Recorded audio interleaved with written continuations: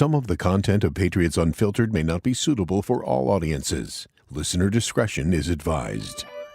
The world's original podcast. Welcome to Patriots Unfiltered. It is funny. Like, those are the types Make of a play, Terry Glenn. What are we doing? Make a play on the ball. Nobody knows what you're talking about. Drew just threw a play. They're showing Aaron Glenn highlights on NFL Network. Did you know Aaron Glenn was the coach of the Jets?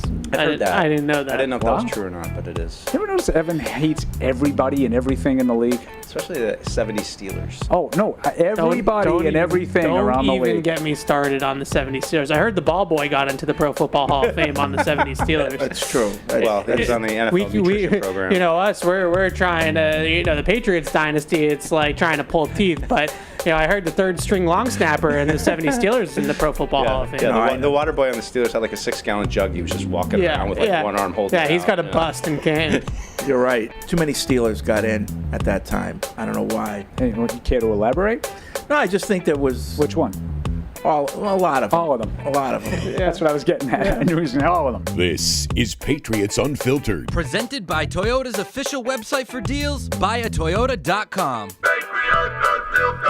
All right, welcome to Patriots Unfiltered. It is Thursday here at Gillette Stadium. It's a busy stadium. They're getting ready for the AC/DC concert. So if you hear any wow during the show, that's the guy in the shorts running around. Yeah. But it's Deuce and me. Paul and Evan will be by soon, as well as Alex. Drake Maye is talking to the media as we speak. So Evan's taking that in. Paul is waiting for one of his college coaches, draft pick stories to call him.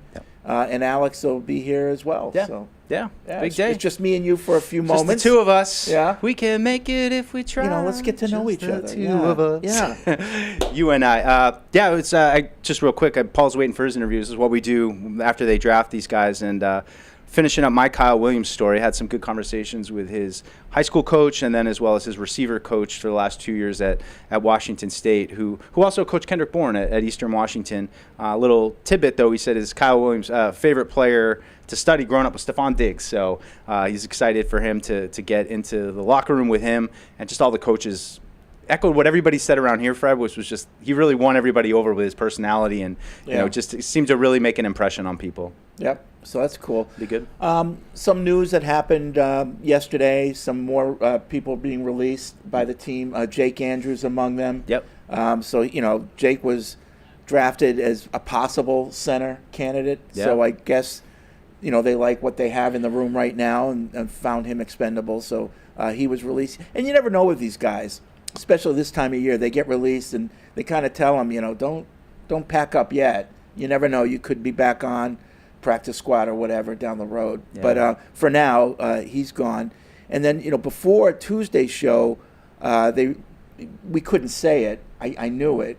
But, they released Joe Cardona, which 10 years, you saw a lot of things on Patriots Social about that when it happened, some tributes there. And it's a story that I wanted to tell on Tuesday, but I really couldn't. Yeah. But on was it Monday afternoon, I guess, he was told, and he asked Stacy if he could talk to the content team. And it just so happened that we were having a department meeting, so we were all in one room. And he came in, and he said, I want to thank you guys. And, at the time, I was like, thank us for what? What do we do? He goes, well, no, I just got released, but I want to thank you guys for everything that you've done. And he was, choked up. Yeah. And I can tell you, in my 30 years here, we've never had a player come up and do that, either individually or as a group. Thank us for what we did, and it was, I was touched by it. It was really nice. You were there. Me too. Yeah. I'd first just say end of an era with Joe Cardona. I think he's the last Patriot who won the Super Bowl, was with the team when they won their Super Bowl. So certainly, like I said, an end of an era. But for me, that was an emotional moment, and a lot of credit for Joe to come up and do that. But it just, you hear about you just said it, Jake Andrews got released, or some of these guys, and you just seem to kind of gloss over it. Certainly, Joe Cardona's not in that group, but it just, you realize the human element of this, and he's got roots here. He's been here for a long time, and I'm sure some of the writing was on the wall when they drafted a long snapper, but I think even still you thought, well, maybe he'll stick around. There'll be some competition.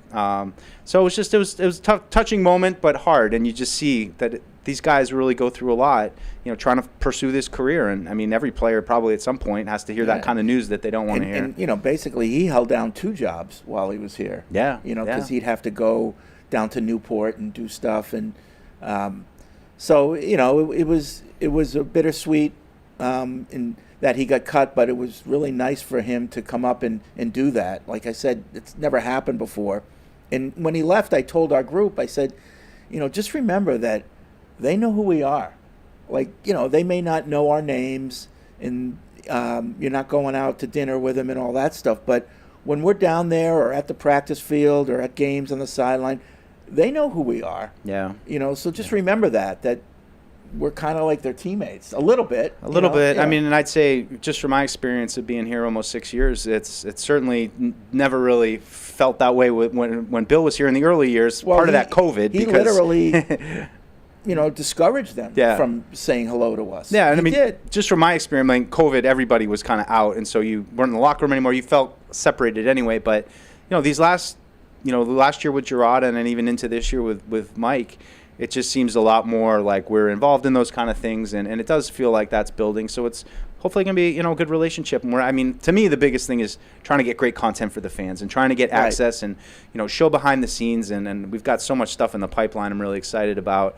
That I think it's only going to serve the fans better. It's not really about us and getting to know them or feeling like we just want to get the good stuff and have them trust us to be able to get that it's stuff. not about being friends, off the field or any. It's about getting our job done and respecting each other. Yeah, them understanding what we're trying to do, make them look good, but also inform and entertain our fans, and us understanding what they have to do. Yeah. And not impede that. So. But that was nice. I just I thought people would like to know that about Joe. Special guy. I mean, there's no other way to put it than Joe Cardona was a really special guy, and I mean, probably a little bittersweet that he was named captain last year, and but it just shows the leadership that he has. Obviously, being in the Navy, he has incredible discipline and work ethic. Everything he went through at the Naval Academy. So he's going to be missed around here for sure. It's a tough situation, but. That's football, baby. This is how it works, unfortunately. So right now, the veterans are here, and they're practicing, and they'll be here all week, I guess. Yeah. Pretty much, and then next week they'll give way to the rookies. So the rookies will be in next week. They won't be with the veterans. The veterans will go off on their own. But next week will be rookie minicamp. Yeah, so I think we'll get a media access day next Friday, so we'll get a little look at these guys.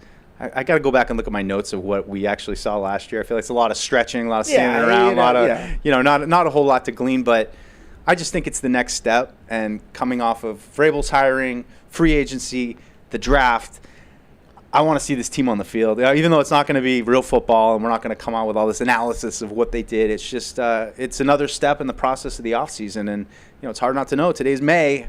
So 2 months away from I guess closer to 3, but you can say 2 months training camp coming up. So I just think there's a little bit of a groundswell rising with this offseason this team's had, and it'll build up to mini camp. And just excited to see it all come together. It's all new, Fred. It's like even with Gerard last year, there were a lot of threads that carried over. You weren't seeing entirely new schemes or even players being used in different ways. A lot of it, there was a lot of carryover, but this year I'm not expecting that. I think there's going to be a lot more new, and especially for me as a defense guy, getting to see a real new defensive scheme that these guys have cooked up. So, I don't know. A lot to be excited about this offseason. It's going to be good next week. Get out there and watch a little football, quote unquote. Yeah, that'll be exciting. And, while we're talking about good guys, I was on a call this morning with Dante Scarnecchia because at the end of May, there's an event in Germany, in Cologne, called American Football Madness. Mm-hmm. And it's the first American football convention, if you will. Think of NFL experience during the Super Bowl. They're going to have something like that in this, indoor arena, and then they're going to have outdoor clinics, and it's like a 3-day event. And we're going over there, the Patriots, and Dante's coming, and he's going to give offensive line clinics. Wow! Because in Germany, that's the position they have the most trouble filling because of size. It's finding guys. It's weird with Vollmer as the example. So he's going to give clinics, overcoming measurables with technique, things like that. Wow. And he's on the call today with a bunch of people, going over the itinerary, and he's like, I'll do whatever you want me to do. Yeah. I'll, whatever you need, I will do. Like, he's such a great guy. Yeah. And like, we want to make sure that people in Germany understand like the thing that they're getting. Like, you're getting a legend, right? Like, these are American football coaches in Germany. They're going to be getting coached by one of the greatest offensive line coaches in American football history. So like, I thought that was cool, but like, he was just so willing. Yeah. Like, hey, this is important to me too. Yeah. I want to make sure that they're going to really get value out of what I'm teaching. It's nice to hear that he is still interested in teaching and coaching, Oh. because I know as he got out, I mean, he came back once. I know he loves woodworking, but he's got so much experience and talent. It's kind of a shame. Like, he's the kind of guy that should be in the Pro Football Hall of Fame, not as a Hall of Famer, but like, guys like him who just gave so much to the sport, gave so much to New England. I mean, he's been here since the 80s. I mean, he was here forever. Absolutely. Remember him interim coach in the early 90s for a little bit. For McPherson when he got sick. Yep. So he's the more just glad to hear Dante's still in it. I know. I'm glad he's in the Patriots Hall of Fame. Yeah. So that I just while we were going down talking about good guys, I figured I'd relay that little nugget. All right, so as I said, Paul, Evan, and Alex will be here soon, and we'll start heating things up. 855-PATS-500 is the hotline. Podcast@patriots.com is the email address. We've already got people calling in. Yeah. Yeah. So why don't we get to them before Paul comes and takes all the oxygen out of the room? That'd be great. As he's wont to do. Let's go to Mark in Connecticut to lead things off. What's up, Mark? How you guys doing, guys? Hey, Mark. Doing well. Hi, Mark. So I was hoping to talk to Evan and Paul, but that's okay. Oh, Talk to you jeez. guys, that's okay. Well, you might be in wait luck a minute. because here he comes, Here ladies and comes gentlemen. Paul. Here comes Paul. Mark wanted to talk to you. He's from Connecticut. So Paul's just sitting down now. That's a grand entrance right there. Excellent. Get your call in? Get your call? You got blown off? Oh, man. Okay. What's up, Mark?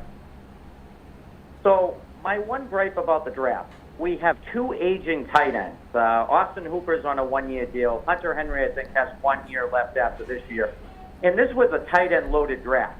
I was really hoping for them to really, draft one of these really good prospects.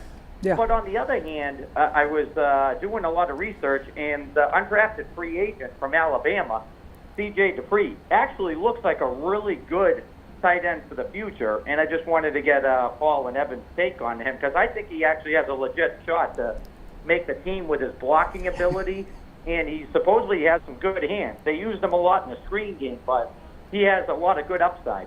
I think he was on my envelope. I'm not sure. The back Dupree? of it? I'm not sure. Yeah. Was he on the back of the envelope? Not sure. It's a Side of the big envelope. school for the back of the envelope. Yeah. I understand the disappointment, because I felt it was a good tight end class too. But this kind of gets back to what we were talking about during the draft weekend. It's impossible to come away with everything when you need everything. And I think it's a fair observation to say you have two aging tight ends, two guys in their 30s. So with a good class, it would have made sense to try to get one. I think that was probably on the radar. And for whatever reason, it didn't work out that way. I try not to get too amped up about undrafted guys. I think they're always pleasant surprises when they make the team and they actually contribute. He was supposed to be a 5th or 6th round pick, is what Evan was saying. He was quite surprised that he went undrafted. So we might have got a diamond in the rough. Okay. Yeah, again, I'm going to stick with I will be pleasantly surprised if a guy who's undrafted ends up being a contributor. Yeah. And I will watch them when they get here just like everybody else and hope for the best. All right. Thanks, Mark. Appreciate the call. Paul, while you were gone, I was listening a little bit. Oh, you talked about, I talked about Joe Cardona. Joe Cardona, yeah. You were there. And you made a comment that's the first time that anything like that has happened, and I would agree. I mean, I've had guys come up to us, and it's funny, I joke around about this all the time. I feel like we have better relationships with the guys when they retire than we do when they play. Not that we have I haven't had really any adversarial relationships with players, to be honest. But it does seem, Fred, you made the comment about how they know who we are, Yeah. and they might not always let you know. That is so true. So true. Like, they know who we are, and they understand and respect what we're trying to do, and how we try to, like, stay out of the way as best we can, but we're here. Yep. And I do feel like once they retire and they sort of can express that, it's refreshing. And it was a nice thing that Joe did the other day. That was certainly unnecessary, but it was a nice touch. Yeah, for sure. Let's go to Mitch in Fort Benning. Hey, Mitch. Hey, fellas, how you doing? Good. Mitch? All right, so with the draft coming and going, obviously it was a really good draft, but I wanted to ask you guys something about quarterbacks just in general with the draft. I watch a lot of college football. Shout out Bowling Green State University. And I feel like since I've gotten really into college football, I can kind of see which quarterbacks I think are going to just be terrible that end up getting picked in the first round, like Kenny Pickett, Trubisky, Zach Wilson, Trey Lance, Mac Jones. So what is it behind the scenes that makes these guys get drafted? Is it like the owner saying, we need to just get somebody, even if you're not totally sold on them? Like, how does someone like Zach Wilson, who really had no good college tape, but enamors people throwing in shorts and a T-shirt, or Mac Jones, who's surrounded by all-world talent, how did they get propped up to the point where everyone's getting sold on him? And I'd like to hear Paul's take on this, too, because he's probably the original Mac Jones hater. Yeah, I mean, I would just say with Mac Jones, I think, how do you get fooled? It's exactly what you said. The guy's surrounded by immense talent, and I thought he was nothing more than sort of a facilitator and got the ball where it seemed like he had an aptitude for the position, and he took advantage of having a better player virtually across the board at every position than the other team did. Yeah. I would push back on Zach Wilson and Trey Lance. Like, how did they get drafted? You watch their skills? And Zach Wilson didn't have any good college tape. He was terrific his last year at BYU. Mitch is saying he watches a lot of college football. But he was terrific his last year at BYU is what I'm saying. Now, I was not a huge Zach Wilson guy, so I'm not. Hold on, Mitch. Yeah. I'm not pretending that I was huge on Zach Wilson, and I thought he got overdrafted. But he has first-round skills. I mean, I don't think there's any question about the first-round skills. What he doesn't have is the Mac Jones part, the aptitude. How many times, Mike, when we're playing the Jets, do we say, my God, I feel like I've watched Zach Wilson throw that same interception against New England, rolling to his right, up near the sideline, throw it away, throws it back. Devin McCourty picks it off. Like, I felt like I watched that play 5 times. Well, that's just in games against the Patriots. I think, Mitch, what you're seeing is, I have to call it desperation. There's so few people on the planet that can play quarterback at the NFL that these scouts and personnel people, they see something. They see the aptitude. I can work with his skills. They see the skill. I can work with his mental. Totally. And desperation seems like a hyperbolic word to use, but it is that way. There's so few people on this planet but I also that can would play say the position. There are so few quarterbacks, in my opinion, that fail because they're not good enough. Yeah. Mac Jones, in my opinion, is failing because he's not quite good enough, skills-wise. That ain't Zach Wilson's problem. Yeah. That isn't Trey Lance's problem. Trey Lance can't stay healthy. But as we know, his career got derailed before it even started for different reasons. But, like, Jamarcus Russell, you telling me he doesn't have the ability to play, or he wasn't studying any film and all the other things that go along with it? There's so much that goes into playing quarterback that's beyond the skills. That's why they miss so much. Yeah. These guys all have the ability.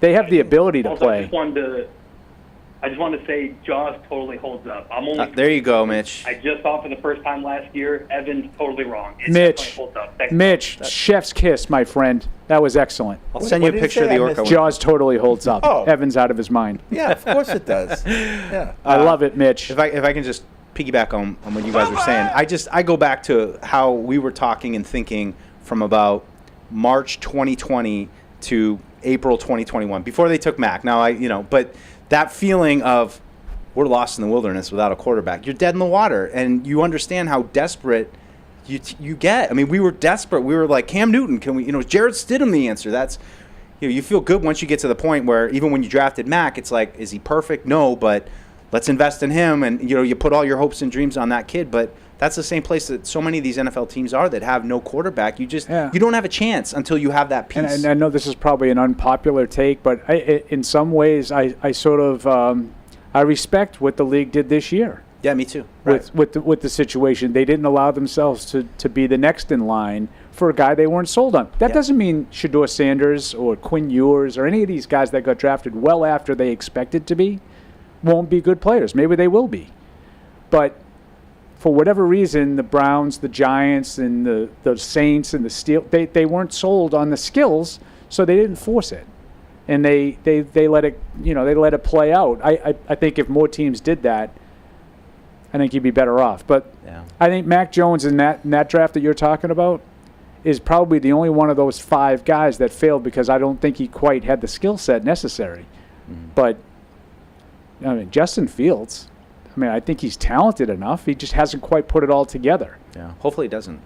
Oh yeah, no, that's true. But you know, my point. Like I think there's a difference between Zach Wilson failing and Mac Jones failing. Sure. I think it's 2 entirely different reasons. Right. And there's enough like random hits. Everyone loves to play the hits of like Dak Prescott, and Brady's Brady, but the later round guys where you realize there are guys who fall through the cracks, and there are guys that on paper maybe it doesn't line up that they're going to be a legit starting quarterback in this league that can win important games. So I totally agree. That's the reason why I made the bet with you on Shedeur. It's just I thought the NFL is afraid, and these teams, there's only so many options that you can take that you actually can sell yourself on. It wasn't a terrible bet that you made because so often that's what happens. Yeah. The guy ends up getting taken before he probably should because he's a quarterback. Do you think there's a world in which Tim Tebow could have succeeded as a quarterback? I just keep thinking that clip of him with I threw the football better than him. Yeah. I still don't quite understand how you can be that bad and still get drafted in the first round. Because I'll be honest with you, I can't quite understand how he was able to win any games that he did. No. That little stretch of Tebow mania there and whatever it was, 11. Yeah, the throw against Pittsburgh in the playoffs. Yeah, I can't believe Then he came here and got thrown. Having complete inability to complete a forward pass, and he was able to throw an 80-yard touchdown in overtime one. I give him a little slant. It's let a Demaryius testament. Thomas do the work. It's a testament to his character. I think he's a winner. His winner, quotient and all that. But no, I'm not. I don't think. I'm just wondering. I don't think he could have fixed that. If you were willing to completely transform your offense to be a Tim Tebow type offense, where so they did the Ravens, right? Yeah, they did. You think they tried to? They do did. That? Yeah. They ran all that stuff. Yeah. They ran the zone reads and all that stuff. And do you remember that's the game I was talking about a couple of weeks ago, Mike? The one game at Denver with Tebow. Yep. And they killed the Patriots. It was like they were up 16-7. They scored the first 3 times they had the ball, 2 touchdowns and a field goal. They missed one of the extra points. 16-7, right out of the chute. And then Bill went to the sideline and started the "just do your job." Made a couple of adjustments. They completely shut it down. But that was a gimmick offense. That was Why did they bring him here? Good question. So I think it had. I don't know. I think it had something to do with Josh's affinity for him. He kind of wanted that kind of guy, and I think Bill had that in his head. We could do it. See what he can do, and maybe. Do you think they had designs on him playing quarterback, or was that a feel it out and see if we could move him somewhere else? No, it was quarterback. He played quarterback, in training camp. Unless they were doing something like in the bubble when we weren't around or something like that. Do you think there was a hidden agenda? We'll let him have a shot, and when he realizes he can't do it, we're going to convert him to another position. Yeah. Maybe. Maybe, and maybe he pushed back. And then he pushed back. He pushed back on it. That's not a bad theory, Freddie. I don't know, but it's a good question. Why did you bring him here? And simple, it was, Mike. Good guy. I know you guys have said it. Good kid. Good plus, kid. it's like he killed more worms in that training camp. But for Bill at that point, wanting to avoid any distraction that he can, was the juice worth the squeeze? It's almost like he was sort of hypocritical in some of the things he said and did. Almost like that. But he's an example. All it takes is one. All it takes is one scout or head coach or GM to like you, and you're a quarterback. And it'd be a great Josh truth serum question. Tebow in the first round, what's up? What were you thinking? There's a lot, and Mitch just brought up quarterbacks that did whatever in college and then didn't pan out in the pros. I'm not talking about guys that just they played in college and then they went to the pros and they had sort of average careers. I can't think of a guy who was a better college player and a worse pro Yeah. than Tebow. Yeah. Right. That's why it seems impossible. Like to me. he is on. I don't care how many you do. He's on a very short list of the greatest college football players of all time. 5, Yeah. Yep. 10 2 max. national titles. Yeah. Right. But I mean, just the ultimate winner, the ultimate performer in the clutch. Like, and he couldn't do anything in the pros. So weird. So like the increase in the ball size that threw him Maybe. off.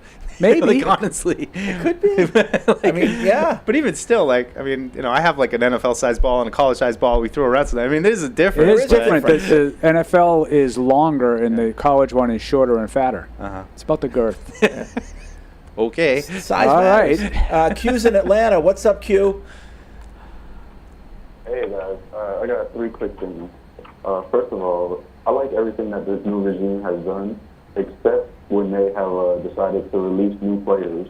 So the veteran players. I wish they would have gave David Andrews, Joe Cardona. I wish they would have released them at the beginning of free agency so they could have had a chance to sign on elsewhere. Speaking of this new regime, how come we haven't heard from Terrell Williams yet? We've heard from everybody except him. I'm just making sure everything is okay with him, and Yep. because I don't know, we haven't heard from him. And then my last thing is on the wide receiver.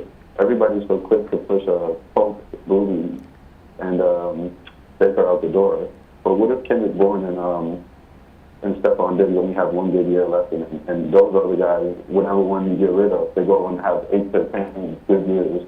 I think that would be a miss. So I don't think we should push them out the door so quick. Which brings me to my last point. Do you think this new regime will have the Foxborough flu like the old one? Foxborough flu.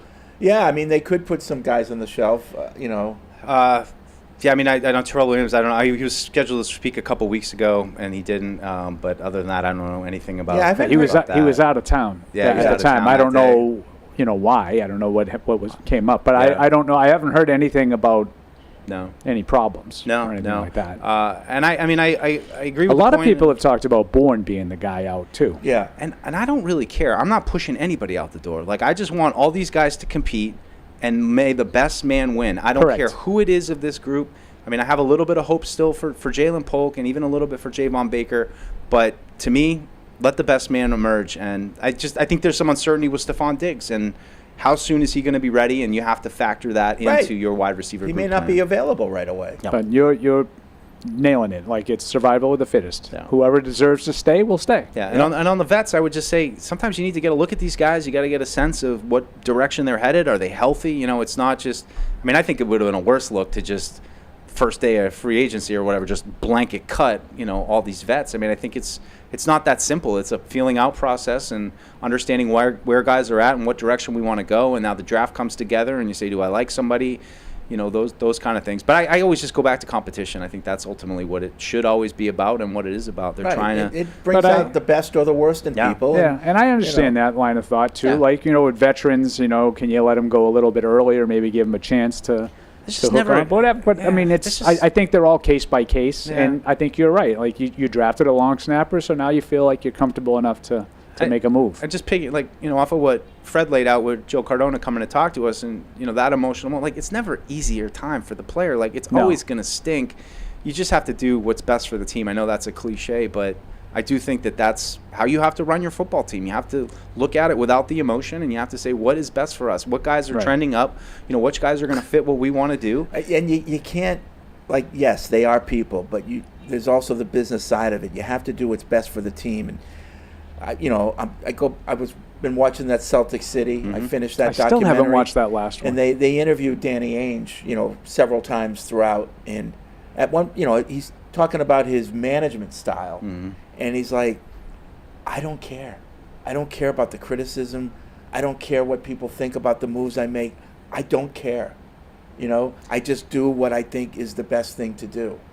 So he lived through when Red waited too long, so a lot of people think with the big three. Yeah. Like he kind of left them on the team and didn't use them to make the team younger and better. And Danny Ainge was the opposite. He didn't want to do that. Yeah. With the teams that he ran. Like he said, I don't care. I just don't know how you could do that job if you're listening to what the people on talk radio or what the scribes are writing, or Bill, for his faults. Like, no one was better at, this is what I'm doing. I believe this is how we're going to make the team. And I don't care what anybody else says. And I think ultimately that's how you have to be. If you're trying to chase narratives or trying to make everybody happy, it's a really hard job coaching any team. Like, I mean, we've been talking about it all morning with JV sports, but I mean, I have so much respect for coaches of all. It's so hard to manage kids and manage people. And unfortunately, when we sign up for this, this isn't forever, and it could end abruptly, whether it's an injury, whether you get cut, whatever it might be, whether you get traded. I remember in 2003 when they got rid of Malloy, I was like, and that was a contract thing, but I was like, what? Yeah. How can they do that? And I happened to run into the owner, and I said, I need a pep talk. I said, like, wow, Fred needed the pep talk. He said to me, don't worry, we're in this for the long run. Yeah. And then you go to Buffalo and you get waxed. Was it 31-0 or whatever? Yeah. And I'm like, well, maybe we're in there for the long run, but the short one really sucks. Yeah. But eventually it all played out, and the rest is history. It's such an interesting game in hindsight. It was so anti-narrative. It's like one of those games where, of course, that's it. They're going to fall apart. They're going to stink. They're going to be terrible the whole time. And, you saw that team come together and rally. Yeah. Hello, children. Hey, guys. Hey, what's going on? Here they are. We're here. The gang's all here. We have to go this way. So we're just crashed this. You couldn't get in through that door? ACDC's in there. Yeah. No, in this door here. See, that's what I said, but I listened to them. I think Fred's right. Wait a minute. Yeah. There's a door here for Yeah, us. but I thought we Yeah. weren't allowed to go. No, that's not the green room. The green room is the next door. I thought Isabel sent a picture of both doors. No, but just to show the relation. Okay. This door is our door. She said you were all right, This door is our door. This door is your So we door. did not just have to barge in, is Yeah. what you're saying. I did the same thing. And then, of course, like, the door was stuck, so Evan's like, Yeah, I'm what do we like, do? So, Anyways. where have you guys Hey. come from?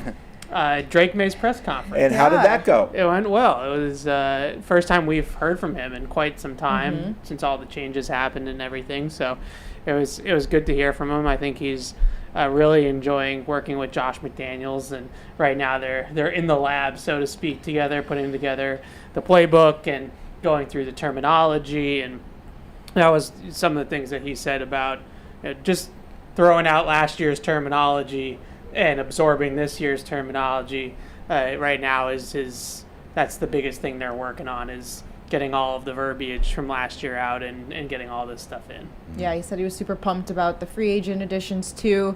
Apparently had Stephon Diggs on his fantasy team when he was in high school, so he's really excited to be able to actually throw to that guy in real life and not just in Madden. Get ourselves some fantasy points. That was a direct quote. Yeah. That's Yeah, cool. it was. Yeah, he said that he used to play with Stephon Diggs in Madden, and now he gets to play with him in real life. So he's looking forward to that, and very obviously excited about Vrabel too, of course, and what they're doing there. But he said he watched Will Campbell, watched it live when Will Campbell said that he would die for his quarterback. So he was pretty pumped about that. Said he wanted to go out and play tomorrow. Right when he heard that, he was like ready to go, run through a brick wall. That's basically what he tweeted, right? Yeah. Did you see any physical differences in him? Did he look any different, bigger, smaller? I mean, he's always a pretty big guy. So He had a hoodie on. He had a baggy hoodie on. Shoulders kind of puffing out a little bit. I agree with you. There's wanted to see some added bulk to the frame. There's some scuttlebutt about that on the interwebs. I wonder if that's why he wore the hoodie, on so the no one would Twitter talk about machine. What, such as? Well, we've posted some pictures, behind, stuff behind the scenes from practice and stuff like that. Okay, And let's just assume that I hadn't seen those. the fans think that he looks a little bit bulked up, a little bit added some more chisel. Good, So It I would think be a good there's- thing. I think he needs As he it. should. I don't think know he for a needed to fact bulk if that's up. true. Military I I'm agree. just saying maybe, that- little curls. That's a good sign. Curls for the girls. Girls for the girls. If in fact true, I Tries think for that would the be guys. a welcome addition. So I Suddenly we would. have a Jack LaLanne clinic going on over here. So did he go for an extended period? Was it short? It was a good amount. It was Yeah. a good amount. They're doing right now. It's like 4 days on, 3 days off is like their current schedule. So today was the 4th day. So they're all headed out for a couple days off after today. So A lot of media. it was a good amount of media. Yeah. It's a perfect. Celtics are off until Monday. Right, kind Bruins of a are perfect done. storm with Yeah. that. Red Sox are out of town. Yeah. Yep. Yeah. And Drake. It's Drake Maye. I mean, like Drake Maye. If It's you're quarterback. If you're covering the Patriots, you got to get down here for an interview with Drake Maye when you haven't heard from him since It wasn't week full, 17. Though. It was not full. Before the game. There was like a full Right? row You didn't hear open. from him week 18. Yeah. And you didn't hear from him after the season. So it's been a while. Yeah. Anybody ask about Josh McDaniels or anything like that? Yeah. There's a handful of questions about Josh McDaniels. I mean, everything that has gone on this offseason, he kind of had. I'm pumped. I'm excited for all of it. Sort of comments about it. But like I said earlier, I think with Josh McDaniels, he seems like just eager to just pick his brain and just to absorb all the knowledge that McDaniels brings to the table. And you mentioned, everybody mentions Brady, but there's other quarterbacks that McDaniels has worked with that have had success and all that kind of stuff too. So he's right now. I almost feel like he's a sponge. He's just trying to absorb Any everything. Tar Heel talk? No. Okay. All right. No. How does he just feel the wondering. program Just is wondering. being? How about you guys? The direction of the program, Any Tar Heel just in talk for general. you guys? Just wondering if anyone was David Andrews question. bold enough to ask that. Joe Yeah. Milton question. Yeah. I think those were probably what Happy for all Joe. shows will focus on. I'm interested in the Milton one. No, not really. Andrews. So happy for Joe getting an opportunity there. Yeah, basically he just said he's happy that Joe can be the backup in Dallas. So can I just ask how the question was posed? I want to see how fraudulent my colleagues are. Hi, Drake. I'm just curious. Stop it. They're mean. I just said hi, Drake. Also, just curious. Can I throw a little topic for discussion out there? I talked a little bit with Paul with this, but it feels like a good time to Real piggyback estate on portfolios? it. Do you feel like the Patriots have done enough on offense that now it's less about Drake doesn't have the protection or the weapons? Is a little bit more pressure and focus now on Drake Maye to take this team to the next level? Yeah, he was asked a question like that. That's fair. That was along those same lines. Like, Yeah, do you he feel? said it was kind of like free agency. We just plugged in. Hopefully, we can play. Yeah, So. yeah. Do you feel any added pressure now that the team went out in the offseason and really aggressively added a lot of talent to the roster to do just that?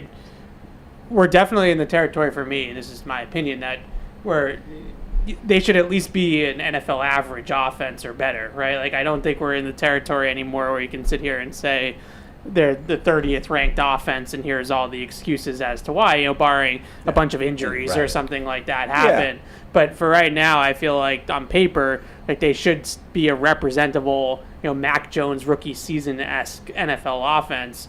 And if they're not, then we're going to be asking How long why. do you give him? Do you give him until October? Wow. Fred looking to make changes. Second preseason. Boss man curse, I mean, not like happy. in terms of saying, okay, yes, this offense is better. How long do you give them? I would say 6 to 8 games. Half a season. I think there could be some ups and downs early in the season. Evan just said it. He's got to learn all new verbiage, just a new offense. I will be a little forgiving in September. I always am of generally everything because it takes. Right. There's no hitting in training camp anymore. It takes some time. But I think as you get into October, when coaches like Bill Belichick have traditionally told you start to know what you have, then the trends become the reality and not just one-offs or random games where it went sideways. I'll continue to say these two things till I'm blue in the face. He's got to cut down on turnovers, and he's got to show in crunch time when the game is winnable that he can lead the team to the win. And there might be ups and downs. It won't be perfect, but I'd love to see those elements this year. David, New Hampshire writes in. He said, I was working courtside during the Celtics game last week, assisting a cameraman. Just before tip-off, in our rush to get off the parquet, I didn't notice two gentlemen taking their seats in the front row, which causes the worst moment in my professional career. I walk backwards directly into Robert Kraft. Mortified, I take a quick step right into Mike Vrabel. All I could muster up was, sorry, Mike, as I scurried back to my place behind the net. Of course, they know how hectic the sideline can be, but the rest of the night, I just wanted to die of embarrassment.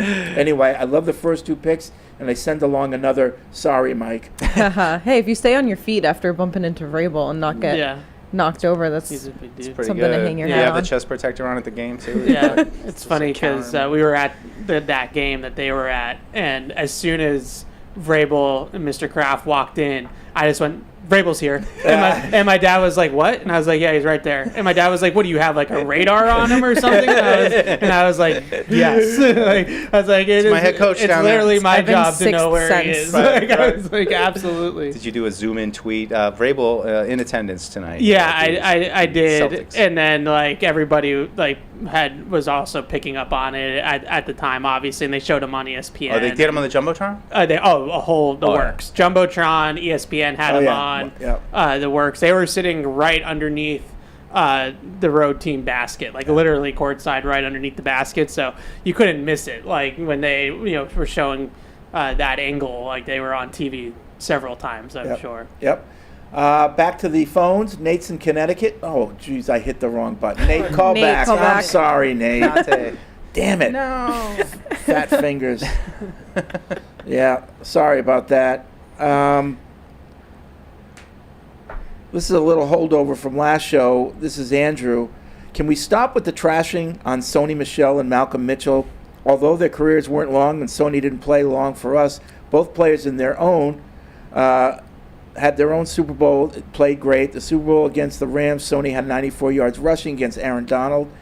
Malcolm Mitchell had 6 catches for 70 yards against the Falcons of the Super Bowl, and 5 catches were in the fourth quarter. Let's stop the heat. Yes, they didn't last long, but still contributed. I think you're misinterpreting what the talk was about them. Yeah. It wasn't like, oh, they weren't good. It's just that, injury risk. You never know when someone's, about somebody's career. Yeah, people, maybe not so much publicly with Sony, and we kind of found out after the fact with Sony Michel that his knee was a problem, but the point I think we were trying to make was that we knew going into the draft that these guys had injury concerns and might have shorter shelf lives, and that's the way that it ultimately panned out for both of them. So Sony Michel was never the player he was at Georgia with the Patriots. He never had the juice that he had at Georgia here. He was a much different player at Georgia than he was with the Patriots. I feel like I understand the pick a little bit better now. We had so much discussion this draft period about when can you draft a running back? Like, do you have to wait till your offensive line is great? Do is it too soon to draft him? And I think that year they got into that point where it's the end of the first, and you see what these teams now that are playoff teams that make deep playoff runs, you sit there and you kind of say, well, what's here? What makes sense? I mean, I know Michel had issues, but the emailer's right. Yeah. He helped them win a Super Bowl that year. Sure I think did. Paul would argue that anybody probably could have helped them win a Super Bowl with that. But they lost Deion Lewis that offseason to the Titans in free agency, to Vrabel in free agency. Yeah. And so they didn't have a lead back, and they needed a lead back. And at that time, they didn't have a ton of holes. So I love Malcolm Mitchell. I don't know. During COVID, me and Paul sat down and rewatched Super Bowl 51 with him, and he was just an outstanding human being. I mean, that's just a sad situation. You take a risk on a guy. Sometimes a guy has a back injury, you take him in the second round, it ends up being Gronk. Sometimes they've got a knee injury in the third, fourth round, and it ends up, they have luckily both those guys are better than Dominic Easley was. But that was the big thing with Malcolm Mitchell. I remember at the time everybody loved the pick because of the talent, and he was great, and everyone kind of knew that it was going to be short-lived. But to the emailer's point, they got one Super Bowl out of him, and he was huge against Atlanta, and that was it. Yep. Nate's in Connecticut. I hope I did it right this time. What's up, Nate? Hey, how are you guys? Hey, Nate. Hey. Great. Okay. Thanks. How are you? Nate? All right, so I was wondering about the draft and stuff like that. Do you think picking Travion Henderson was like the best thing we could have done in the situation? Do we think Travion Henderson was what? It's the best thing they could have made, I'm sure that we'll look back and somebody will tell me that some guy went 6 picks later that might have made more sense. But as I sit here right now, I'm going to tell you, I think that's an outstanding pick. I think he's going to bring an element of speed and explosiveness to this offense that they badly needed. We can play the woulda, coulda, shoulda game down the road a little bit, but as I sit here right now, I think it's an outstanding pick. What do you think, Nate? I honestly love the pick. And, I love Stevenson, but, over the season we saw issues continue to stack up, and especially on the offense and how, already how, bad it was last season. You can't have a guy like that be carrying the ball 200 times a season. So, getting a guy like Travion Henderson who carries the ball only like 144 times for over 1,000 yards and like had an average of 7.2 yards per carry. That's a guy who's going to open up more opportunities on the offense, and not even just in the run game, but the pass game as well. Yep. Some of those I mean, he's not going to blocking- get 7.2 yards a carry in the NFL, but I get your point. Yep. Yeah. Thanks, Nate. I don't even watch film, but some of those like blocking highlights he has where he's just blowing guys up. That even got me thinking about film. Throwing his body in people. Yeah. You hear like one of the best blocking running backs I've ever evaluated from people in the league that have watched Travion Henderson pass protect and blitz pickup and stuff like that. So that's exciting in itself, even beyond the skill that he has. But you know, I had him 32nd on my big board. They picked him at 38, and so I thought it was pretty good value. And to Mike's point, if Luther Burden goes on to be a star in the league, that will be the second guess. Now, hopefully, even if Luther Burden's good, so is Travion Henderson, so it's a wash. Right. But, you know, if it doesn't go that direction, then those will be the questions, but it will irk me because we won't bring up the context of why they passed on Luther Burden, but that's besides the point. Yeah, I mean, as I went through the process, we talked a lot about running backs and that you need to draft a running back this year, and I fell on the side of, and I think you kind of did too, of day 3 is fine. Yeah. You can get a guy in third day or 4. fourth round, yeah. But now I've kind of changed my mind a little bit, and you know, I think Ramondre deserves every chance to get back out there and show that, you know, he can hang on to the ball. He's a really good player, and I hope that he lives up to his, you know, potential we saw a couple years ago. But I think they need to have a B option or a young, promising back that if Ramondre has some issues, or look, everybody gets hurt at that position anyway.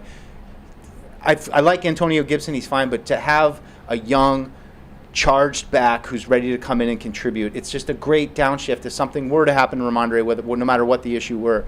So that room had to be reinforced, and I like that they went and in plus the second the round next down. pick was Kyle Williams. Yeah. So it's not like they're ignoring wide receiver. They picked a dynamic wide receiver as well. So again, you got a left tackle, you got a running back, you got a wide receiver.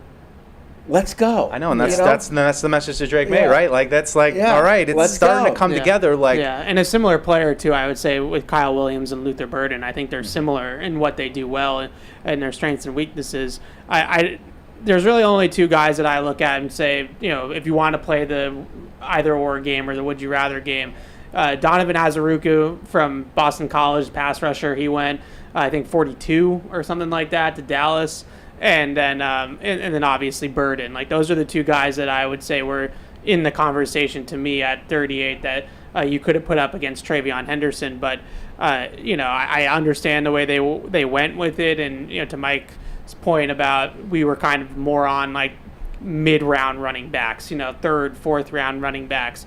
It seemed like there was a clear demarcation between the two Ohio State backs, R.J. Harvey from UCF, and then the rest of them. Like, those guys were kind of put into a category of, like, explosive big play backs that the league had graded a little bit higher than the Devin Neals and the Trevor Etiennes and, like, that whole next wave that went in the fourth round. So I can understand why they went where they went. I would have been fine either way, but they got a properly rated player. Yeah, just to make a quick comp, though, you know, Luther Burden, we know he has some issues about people can't stop talking about what a great guy Kyle Williams are. So, you know, it's just you see what the difference is. I mean, Burden has some boomer bust potential, but, you know, Williams won a lot of people over here, not just in football when he visited. The coaches I've talked to have all just raved about what an outstanding young man he is. So, you know, that's where you're willing to make your mistake. You know, look, we're going to make our mistake on, let's go with the guy that everybody really likes his personality. And he can play on the outside, which I think is something that excites me from a football standpoint. With Burden, with Jalen Knoll, really talented players, and I'm not trying to do that thing where, well, now this guy's a Patriot, so I'm going to trash the other guys. But those other guys are viewed as, you know, guys that are going to play like 75-80% of their snaps in the slot, like going to be pure slot receivers. Whereas I think because of his releases, they are optimistic that Kyle Williams can play more on the outside. So he's a little bit more of a versatile receiver than Burden and Knoll are. Yeah. Just to piggyback off your point, Mike, about like, I don't know how much of the post-draft press conferences you guys heard from each guy, but like the common theme I kept thinking about was like these guys are really really intelligent. These guys are really well spoken. These guys all seem like really like high character, great teammate leaders. And just every year we've had like a couple of those guys that really gave me pause, and I was like, wow, I'm really looking forward to talking to this guy. And this year it was every single one right after another. Yeah, I agree. Yep. I didn't get to hear Kyle Williams. I think there was some audio difficulties on that one. But I read the transcripts of everybody, and I mean, it's I agree. Yep. Gerald in Grimsby writes in, we're talking about Tim Tebow coming to the Patriots. He says, is it possible that the Patriots brought Tebow in to be an influence or babysit at certain tight end he played college ball with? Did that coincide? Oh, shoot. It probably did. Yeah. But I was definitely not covering the team back then, so I have no idea. That's good. I gotta look that one up. I gotta look that one up because it doesn't really line up to me. I know Josh came back at the end of 11 for the playoff run. You're right.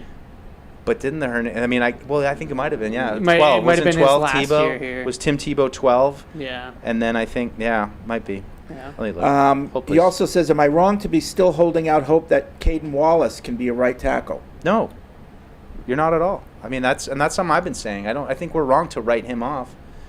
Last year he was put into the wrong box. Everyone put him as like, oh, this is a right tackle. They're going to try to make into a left tackle, and it didn't work. Like, he was just a really promising right tackle prospect. That's what he was.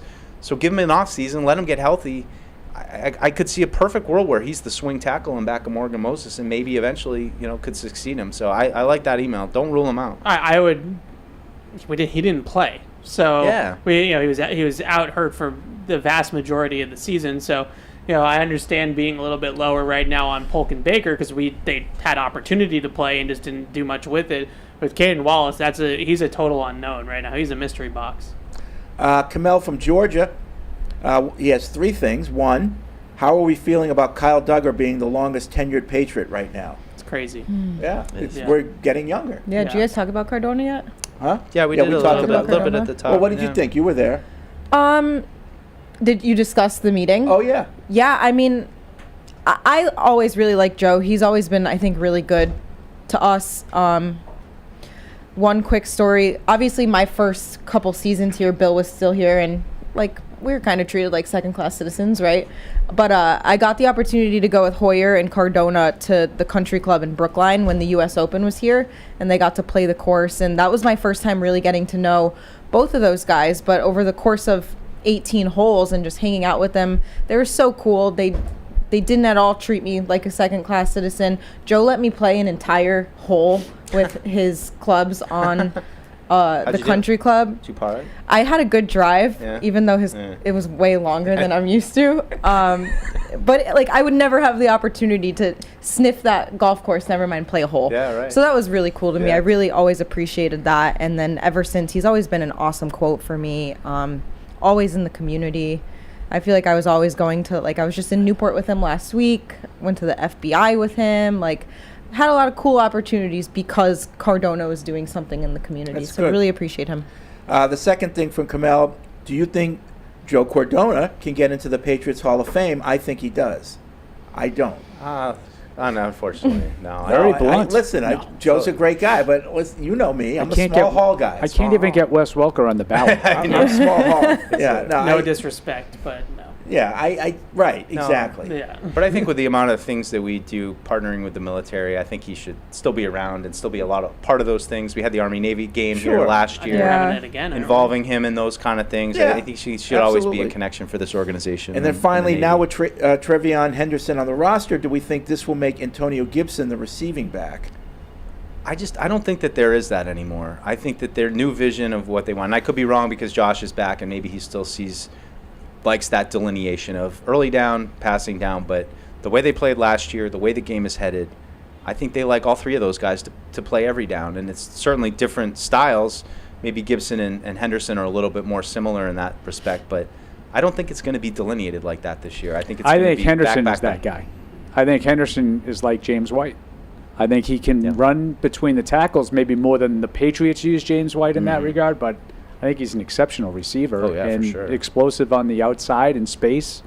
I'd expect him to run. I talked a lot to his running backs coach, and he said he's absolutely a guy you can line up outside the formation find a matchup, and he runs routes. He's not just catching little swing passes and screens. He can run routes. Yeah. So I think that's what James White's special ability was. He could get out in space and, run a 7-yard slant or, a double move on a wheel route or something. It wasn't just, little swing passes. Maybe some pony package, maybe Yeah. a little pony, Yeah. get the 2 RBs out there. Yeah. I mean, Gibson was a receiver in college, Yeah. so Yeah. maybe there's something there where we've got 2 really good receiving backs. It's so interesting to see the pass protection thing that's been praised, because that's often been a roadblock for rookies getting on the field at this position. So is Henderson really that good? Do they trust him That's what I immediately should've out said, of the Bob. gate? I had a chance to sit down and talk to Carlos Loughlin, the running backs coach for Ohio State. Oh, and what did he have to say? He said he absolutely can run those routes, just like you said. Yeah. While you were gone, Paul, we had a emailer who wondered if the reason they brought Tebow in was to kind of babysit a certain tight end. So I think it was 13. Did that so I think it was the year after. I Did think it those was the years year coincide? I don't remember the years, but I do like the thought. Yeah. I don't remember if the I'd have to look at the timetable to see He if was it here in matched training up. camp 2013, I think. So I think he would have been already. Hernandez was already. This Yeah, was but already. like they all knew Hernandez in that mentality. Do you think like they thought he would give a crap about Tim Tebow as a good according influence? to the doc that I watched on, I think it was Netflix, that Tebow was actually a positive influence on him while he was in Florida. Were they in Florida together? That For a was my little next bit. question. they Yeah. were For a little Yeah. bit, like he helped him. Yeah, He did help yeah, him. he was like his Yeah, that his was best that target. Urban Meyer Florida team, like Yeah. the big two-time national Yeah. champs. I mean, he actually had him going to Yeah. church Wow. for a little bit. Okay. Yeah. If you're going to believe it. Sean writes in, he says, I'm going to be relocating to the Winston-Salem, North Carolina area later this month, and do you all know if they have any Patriots bars or groups down in that area? Yeah. It's a good opportunity for me to plug the Patriots Fan Club Registry. Sean, if you go to Patriots.com, go into the fan zone on Patriots.com, you'll see a link for the Fan Club Registry. Go there, just type in Winston-Salem, North Carolina, and it'll show you all the fan clubs in the area and bars that they go to. I know there is a big North Carolina There's a big fan, one. a Right, big one. there is. A triangle, It's right? it's Yeah. run by a guy Yeah. named what's his Todd? What's Well, I don't know who runs that one. I'm yeah, not he's a familiar big guy. with Todd. But there is a when big- they have watch parties, they'll bring in Yeah. Patriots alumni, and they do a really good job there. They raise money for the Patriots Foundation. I'm not sure how close they are to Winston-Salem. I think they are. I think they are. Yeah, because when we go to the games down there, Yeah. they weren't too far from where we stayed, and we stayed close to. So just go to the fan club registry, type in North Carolina, and you'll have all that information. And anyone else, anywhere in the world, you can do the same thing. So go to Patriots.com, fan zone, fan club registry, and use that tool when you're traveling. If you want to look for a bar that's showing the game, you can use it for that. It's a pretty cool tool.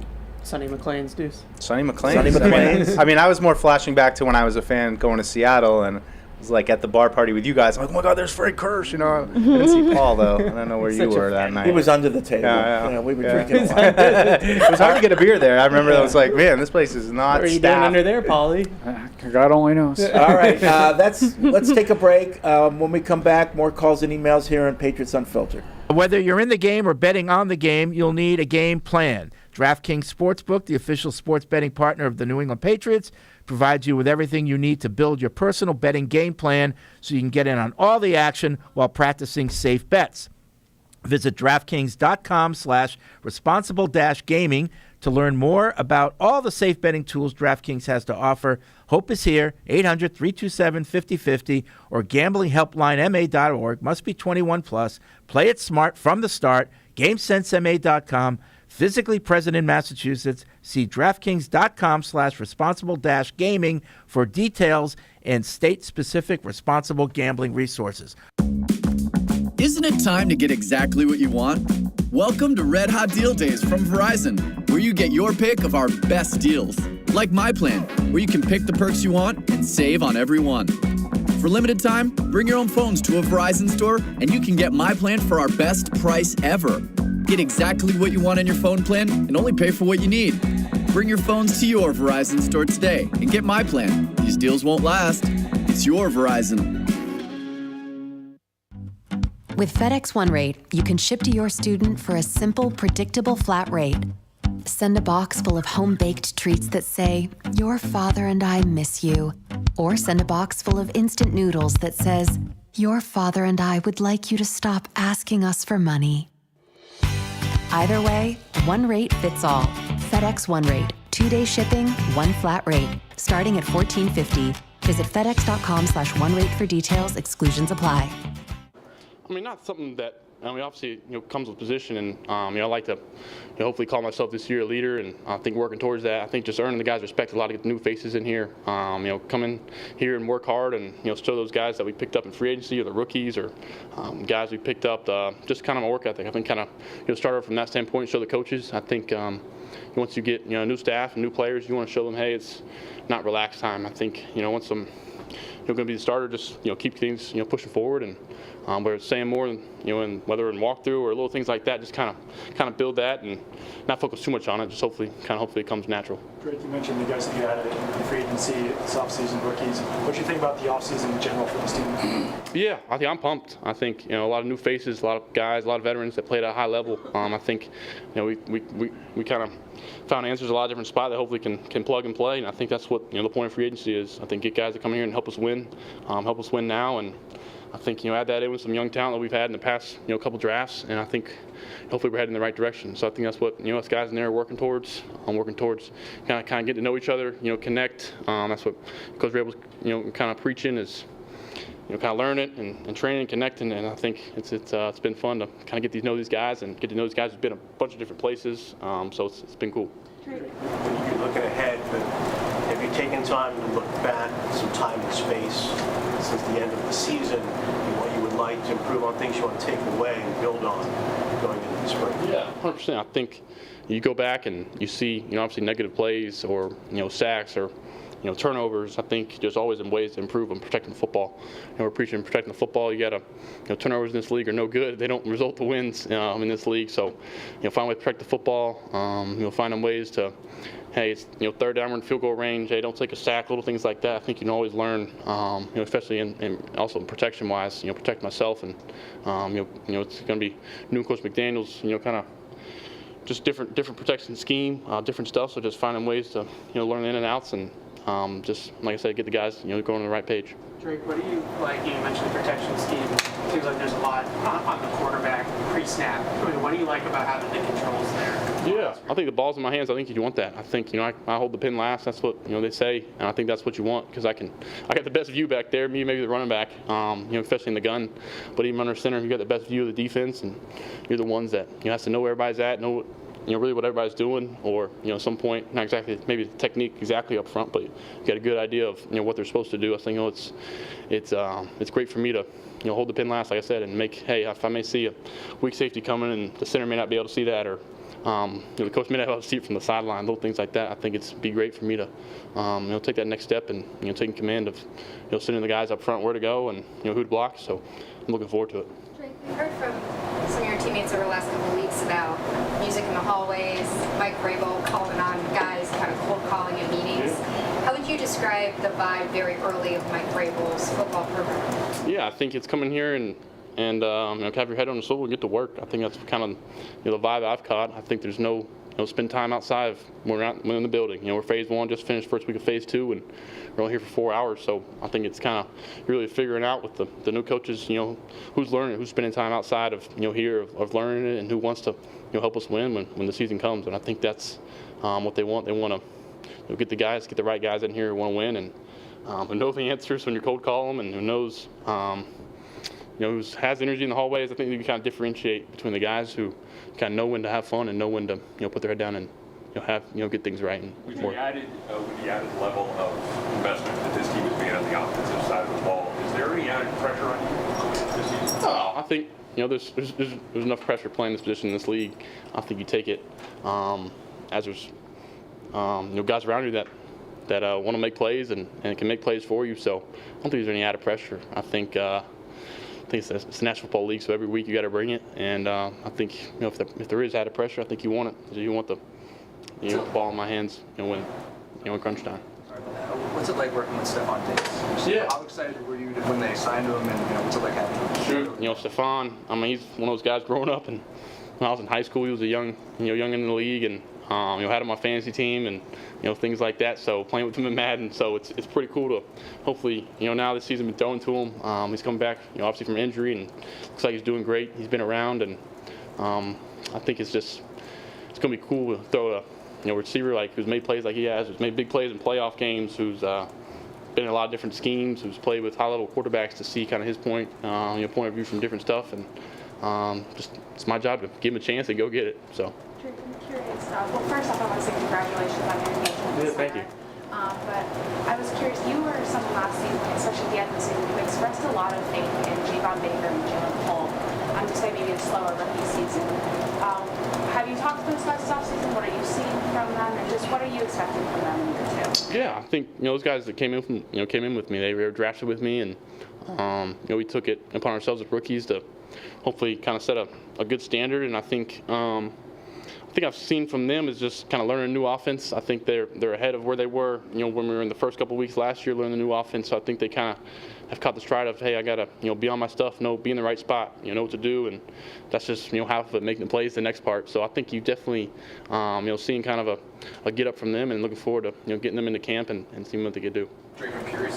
This offseason, putting the offense together. Josh obviously is leading the charge of that, but has he asked you about things that you like? Do you feel like you have any influence over how that'll come together in terms of your likes and dislikes? Yeah. And now, great moments in stuff I like from last year that we ran, stuff that I like that they do, that I've seen on film. I think it'll be good for us because we'll be able to do a lot. I think it'll be challenging to find out exactly what is going to be kind of our stuff, and I think that's the fun part of it. That's kind of the chess match against defense coordinators that you want to find. But coach is great about finding matchups and kind of exploiting defenses when you may know what to expect. So I think I'm just looking forward to starting the game plan. I know it's far away, but I think you kind of get the itch now. Any thoughts on the departure of David Andrews? Yeah, David. Man, I think kind of when you think of a veteran and a leader, I think that's kind of the standard I learned from David Andrews. He was great to me. He was one of the first people I met in the locker room. He was here early in the morning. He was I think just the thing about David is he did things outside and took me to dinner and paid for massage from one of the ladies. He just does things that are bigger than football, and I think that's stuff you carry with the rest of your career. And wishing the best to him, and one of those guys I'll keep in touch with a long time. I think he had never. I think I took a couple snaps with him that end of the Jets game, but that next game he obviously got hurt. So it's a bummer not to really get to go out there and battle with him. But hey, it's the National Football League, and these things happen. Great. The year goes by so quick. You went right into the draft and all the things that went with the draft to here to playing. How did you use the offseason mentally to kind of get down a little bit and then get back? I think it was a little different because you got to learn a new system. So you obviously take a break, maybe through the Super Bowl, and once it got kind of got ended. Once Super Bowl ended, you're kind of back into, hey, I got to be on my stuff. So when we get here, at least I sound like I know what I'm talking about with the offense in it. And I think you definitely got to take a break. And I think that's what, this 4 days on and 3 days off, you get a chance to, hang out or go back home or see different people. And I think that's one of the good things about the offseason. You get a chance to kind of catch a break and then, 4 days on or 5 days, however much you want to work. So I think that's, a good time for me to take some time off, but also at the same time, this is what we do. This is what I want to do. So.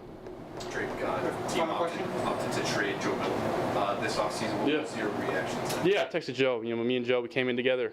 We learned the offense together. We were competing every day to out throw each other and practice. And obviously he's got a big arm. So it was cool for him to get a chance to go hopefully and be a backup. And I think you saw him in the Bills game, his potential. And I think he's fun because we got kind of similar play styles a little bit. And it was fun relating to our similar college offense to this offense, and it was cool to kind of be in the room and have somebody to bounce off ideas or, hey, you remember doing this in college and stuff like that. So, pulling for Joe, and I know probably you never know, may play him again or see him down the road. So, thank you. Go Pats. Thanks, guys. Christian Elson next. And now, great moments in history. All you have to do is say the following 4 words in quick succession. Whale oil beef hooked. Whale Whale oil beef hook. Yeah. Say it in quick succession. Will be effed. Oh, we'll all be effed. Hooked. Whale oil. He's trying to get you to say we'll all be effed. Oh, we will all be effed. Hooked. How does hooked become effed? We'll all be hooked. Hooked. I get it. We'll all be beef. Thank you. Oh. I get it. I thought we'll all be effed. I thought it was B. No, it's beef, and then you use the F beef. with H. Beef. I apologize. No, I'm yelling B. at him. Yeah, I get it. No, because I was with him. I was with Fred. I didn't know what you were talking about. We'll all beef hooked. That's another great moment from Dreaming of next season? Revamp your sleep routine before kickoff with luxurious and affordable mattresses from Bob's Discount Furniture. When you team up Bob's everyday low prices with premium features like Envy's hand-tufted Tencel knit cover, naturally breathable silk, and wool fibers in heavenly hybrid construction, you're in for a sleep win. Or try one of Bob's Consumer Reports recommended picks like the Treasure or Copper Radiance. Get winning sleep at Bob's Discount Furniture, the official furniture store of the New England Patriots. They write tough copy. They really do. I say it every time. Tough copy. Tough copy. They clearly do not read the copy out loud. Yeah. Because they just...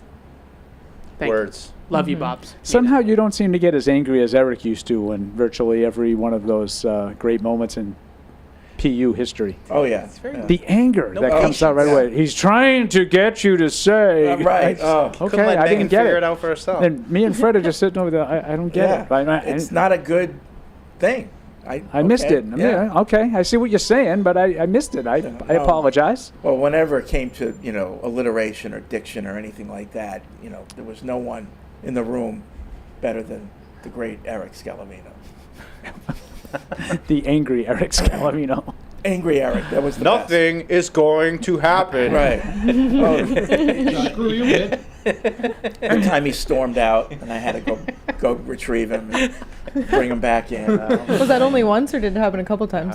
Well, he threatened to leave many times, but he actually only left once. Yeah. Yeah. He definitely threatened after you threw the whatchamacallit at him. Like, you just came out of your office. I just threw it at him. Sawdust. I just threw it at him. It tastes like sawdust. Yeah, but he would get very, very impatient with me. I'm just trying to hook him up with a girl. I know. Nothing is gonna happen. You've got this platform, and here you are. It's better than any dating app. You're like, I know. just make He's sure famous. that people know that you're open for business. That's all.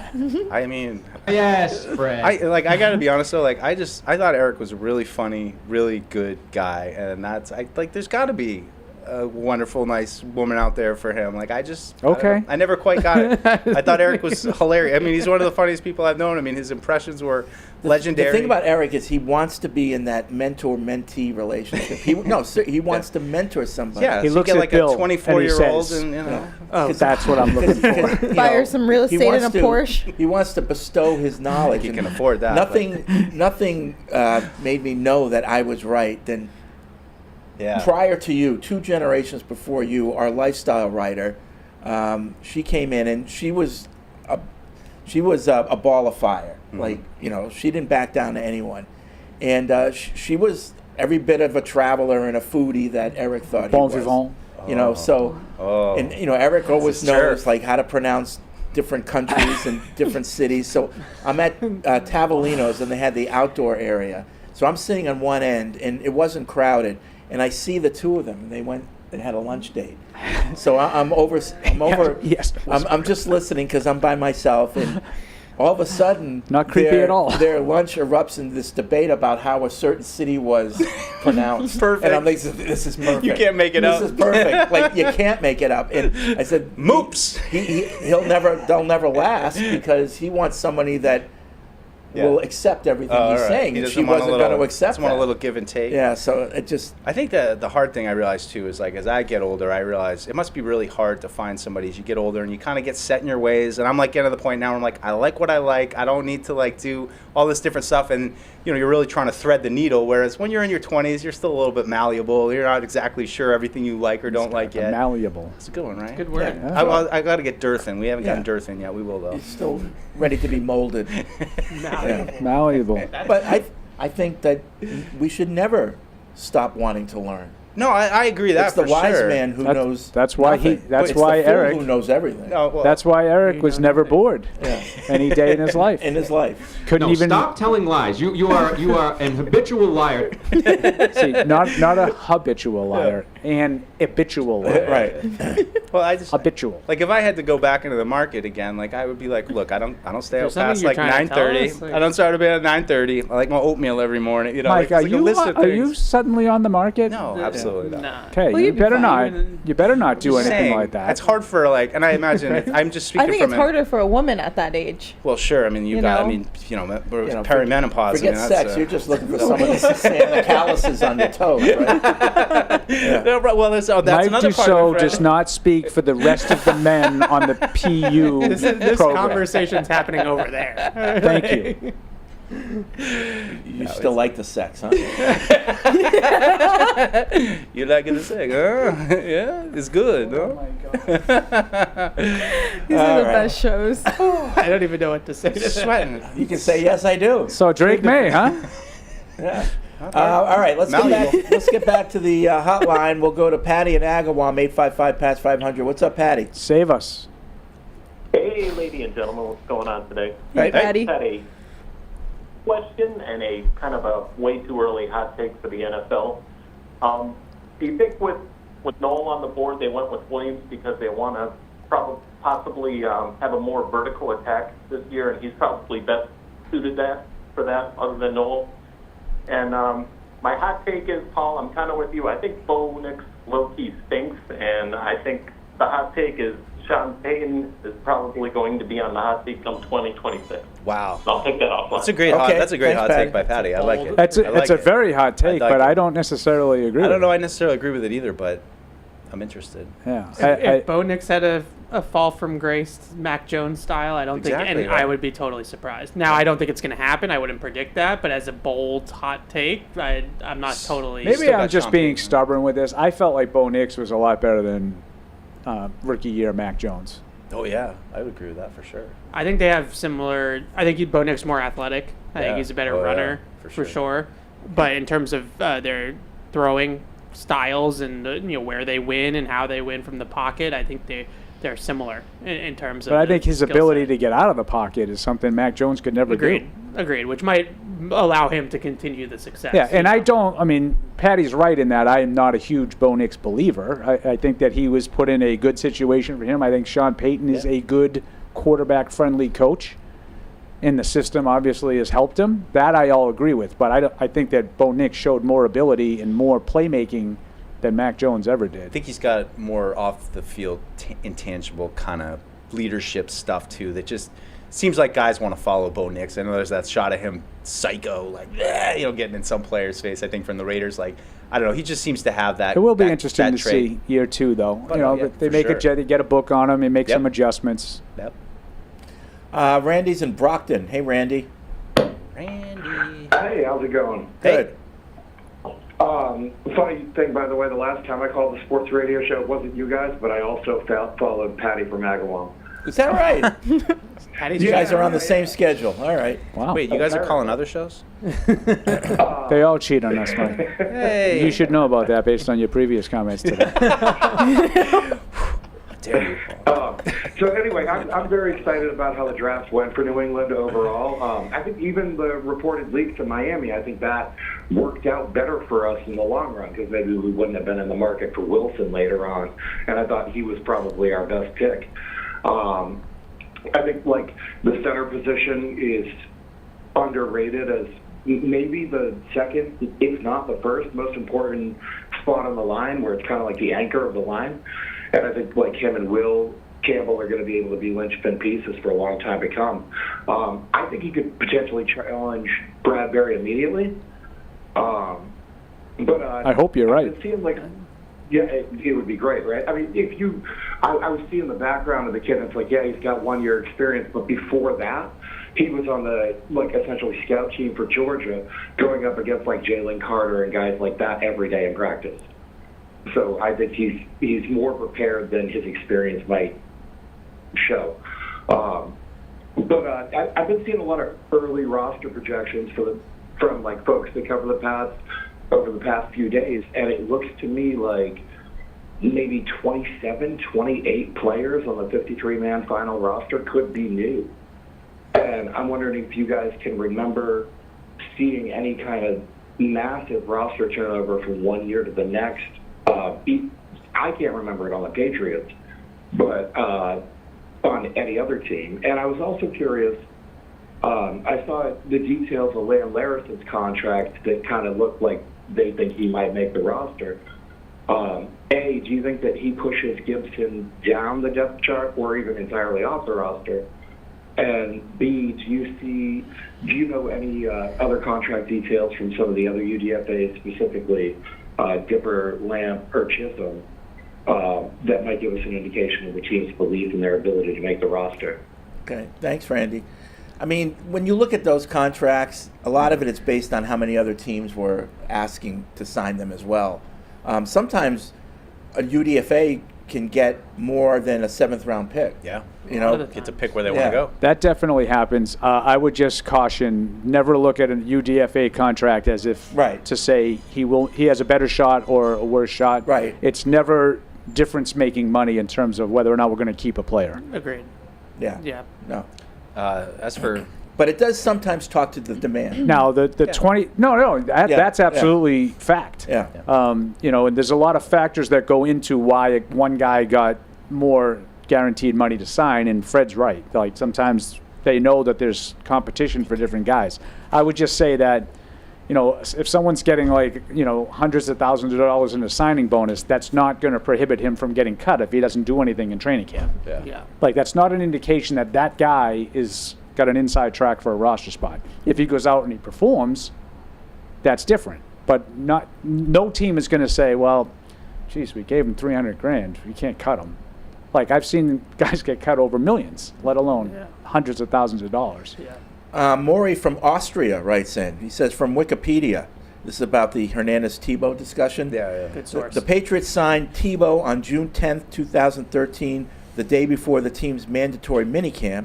On June 26, 2013, so this is 16 days later, Hernandez was charged with first-degree murder. Wow. So maybe the previous caller is onto something. Maybe Tebow failed. Might have been too late. Right. Obviously, Tebow's fault. Obviously all this stuff already happened. I was just being snarky. But I do think that there's a possibility. It makes more sense than thinking he was going to play quarterback. That they felt that would be a stabilizing factor. If you go back and now you look at all the Hernandez docs that have come out, you know now how much the team was concerned. Yeah. Hernandez had gone to Belichick as an example, looking to get out of town. So they knew there was reason to do something like that. If in fact that had something to do with it, would make some sense to me. Yeah. I just said, it makes more sense than thinking he's going to play quarterback here. Yeah.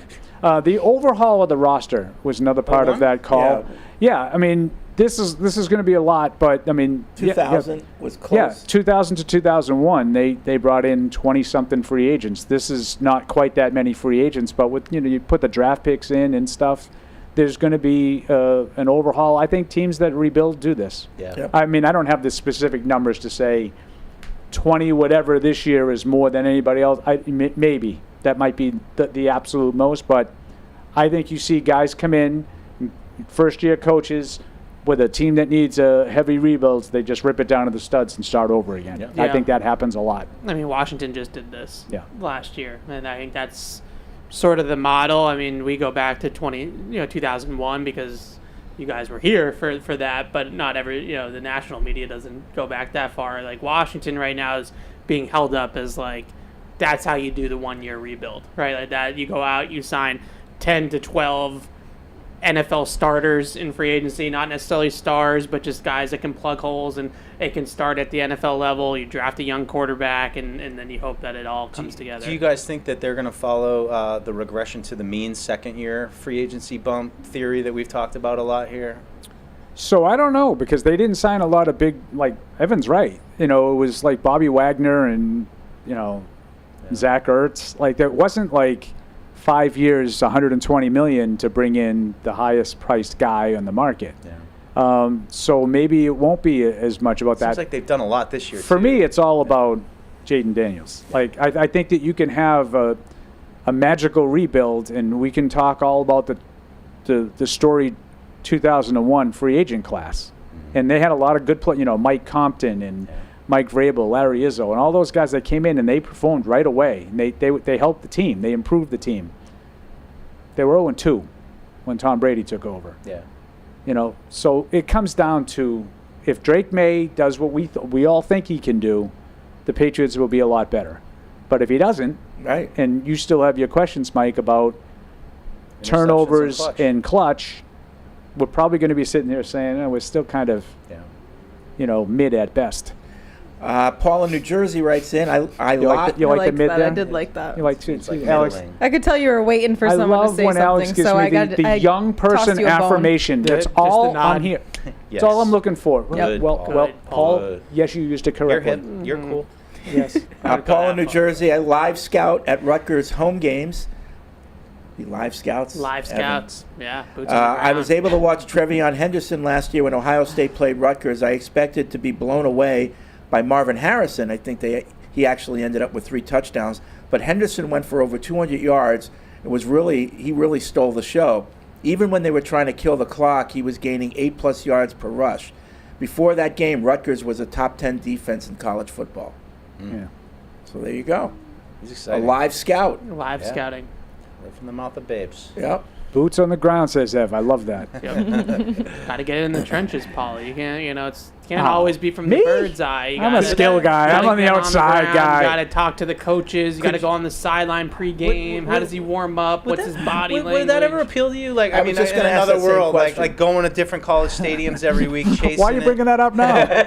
No, well, I don't know if that scratches the itch. Like, there's also just the perspective of I want to watch NFL game film and break down off of, you know what I mean? But there's a whole different style of I'm just spending my whole fall on the road, of course, but you're just watching a lot of college. I mean, I hear all the time Jordan Reed talking about what his fall is like, going to all these, it's just on the road, game after game. Pac-10 wouldn't be game. bad, so you can go to Hawaii. Yeah, I'm not If sure. it still existed. I'm not so sure how Jess would feel about that life. Well, that's what I mean. Like in another, yeah, no, I don't think it's probably. That would be a tough sell, I would say, because we go on the road to road games, but they're on the road 24/7. Yeah, like right. they're on the road 6 days a week. It's definitely a different animal, but Yeah. it's appealing in a lot of ways.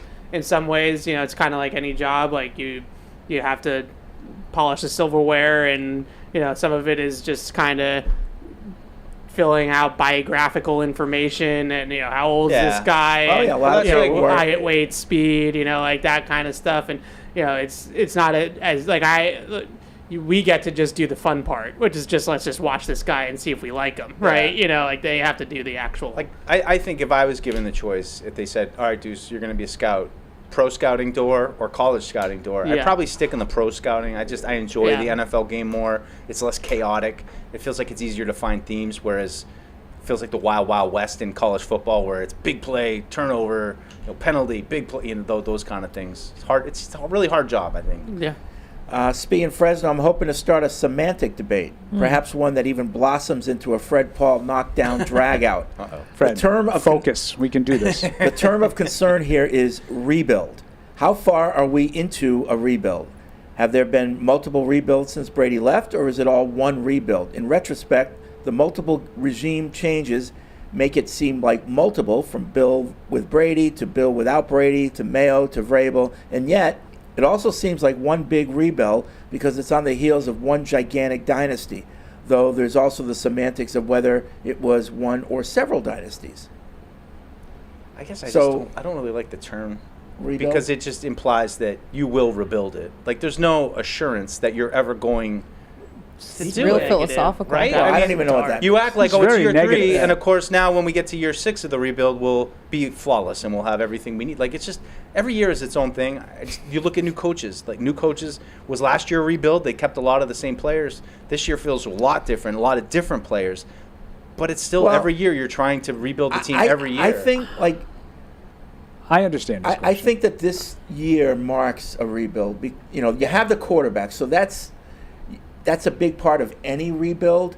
But they needed to build around him, right? And kind of rebuild around him. And what they've done on defense, I mean, isn't that kind of like a rebuild too? Yeah, I think that you could make an argument that post Brady, okay, they tried to rebuild once with the 21 free agent class. Then they decided that didn't work. Bill got fired. Mayo came in. This is the second attempt to rebuild. I would say this is year 2 of the second attempt to rebuild post Brady. Yeah, that's how I would look at it. I think Bill was given the opportunity to rebuild post Brady and failed. So that ends that attempt of a rebuild. And then last year they drafted Drake Maye, and they started it again. And obviously there's a coaching change. But to me, this is still the same attempt at getting the roster up and running, just hopefully with. But can you use the term rebuild for a team that hasn't been successful in the last 10 no, years? Like, if the they Jets are are rebuilding. rebuilt, or they just been No, but they've been trying to build the whole rebuild. time? I would say the Jets have had many iterations of a rebuild. Like, this isn't the same as Zach Wilson. But they never had the building. You know what I mean? Like, there was never a building there, Paul. You can't rebuild what doesn't This is exist. exactly what SB wanted. We're doing The it. Jets have been building since 1971. And then the inspector comes and is like, let me see your permits. You got to redo all of Have you ever this been in over like and a city over. or lived in a town where there's that one building on a commercial lot that always seems to like get halfway Nothing done lasts. and it stops? Yeah. Because they ran out of money or the backer went out of business or whatever, and it just never seems to get built. And then finally somebody comes in and finishes it up and gets rid of all the toxic stuff that was supposed to be taken out. Like they Mold do the and the hard work asbestos. and they get it done. And that's kind of like what a lot of teams go through, including us. Yeah. I kind of feel like we're, when you're on a plane and you're taking off, and it feels like you should have already lifted off the ground, but you still haven't, and you're kind of like, we've been going a long way here, and you're kind of like lifting, but you're not all the way, and like we're still trying to get that last kick to get us off the ground. That's happened to you? And hopefully, what plane is that? And hopefully, no comment. And hopefully, Vrabel is like the last, is the one that puts the air under the wings and is the last kick. But the wind beneath the wings, Mike Vrabel. Right now, I feel like we've been on that runway for like 5 years. So like, hopefully, this is what we need to. Good thing we're not at Logan. We'd be in the ocean. It's funny Maybe out of because Providence. in the summer that they signed Cam Newton. Yeah. That was not a rebuild. That was just trying to keep it going. Yeah. That was like, let's see if we can Even that free agent class felt like a lot of, like, if you had a more viable quarterback, felt like win now guys as opposed to start from scratch. So it was like almost like we were patching holes. Like that whole, for sure. those 2 seasons. Especially a tight end and just receiver. like the 2000 year or 2020 year, I just kind of like throw out completely. Yeah, Oh, God. that's sort of the For many aftermath. reasons. And then I think they started to try to rebuild in 21 with it reshaping the roster. And they gave that a couple of years. It didn't work. So they said, okay, we're still rebuilding. This is the second attempt to rebuild post-Brady, in my opinion. Yeah. And I think that you guys are right. Like, you bring in a quarterback. So this is now the Drake Maye era. So much like you mentioned the Jets, I think that they tried to rebuild with Sam Darnold and then decided, well, that's not working. We're going to have to go in another direction. We're going to go Zach Wilson. Yeah. Okay, that's so not working. We got to go in another direction. This is like at least the third just in that time frame. But see, here's where maybe we'll get into an argument. I think when you have pieces and you're trying to find that quarterback, that's not rebuilding. That's the quarterback search, the quarterback carousel. You haven't even let the gate yet. But like you've got first-round picks on your defensive line and in your backfield. That's why I say this is a different version for the Jets. Like they have some talent, right? But so they're not necessarily rebuilding. Of course they're rebuilding. No, they're just trying to find a quarterback. No, they have to find wins. No, okay. Like they can't win. I know that's true, but I'm talking about in terms of personnel. They're not rebuilding their team because they've got talent. They just need a quarterback. But you don't think they added like Garrett Wilson? So you did it, Spee. We found No, every team adds people every year. But those are the guys that they're rebuilding with. The three to me, it starts with those 3 first-round picks like 4 years ago. Okay. Sauce, Garrett Wilson, and Johnson. Yeah. Right? But like every year we go into it and say, you know what? If quarterback A, whether it's Aaron Rodgers or whoever, does well, they've got the talent. They've got the talent to compete. I know, but they just got the talent. But they've had it for a few years now. This will be the 4th. Right. They've had it for 3 years. But I'm just this is exactly. Again, they're in a rebuild. Okay. All right. I think the Patriots are in year 2 of a rebuild. The Jets are in year 4 of a rebuild. I don't think it's that complicated. I think my point is the Jets have been built. They just don't have a quarterback and maybe not a coach. So Spee was right. He got us in the semantics argument. I think the Jets are in year 1 because it's a totally new regime. Right. Like they have a new general. Yeah, but the Patriots are in a new regime too. But I don't think this is a different. Yeah, but Elliott's still here. So like, but if Mike Vrabel was here, he would say, no, this is year 1. I don't care what happened last year. Yeah, no, this is now my team, and I'm building it the way I want.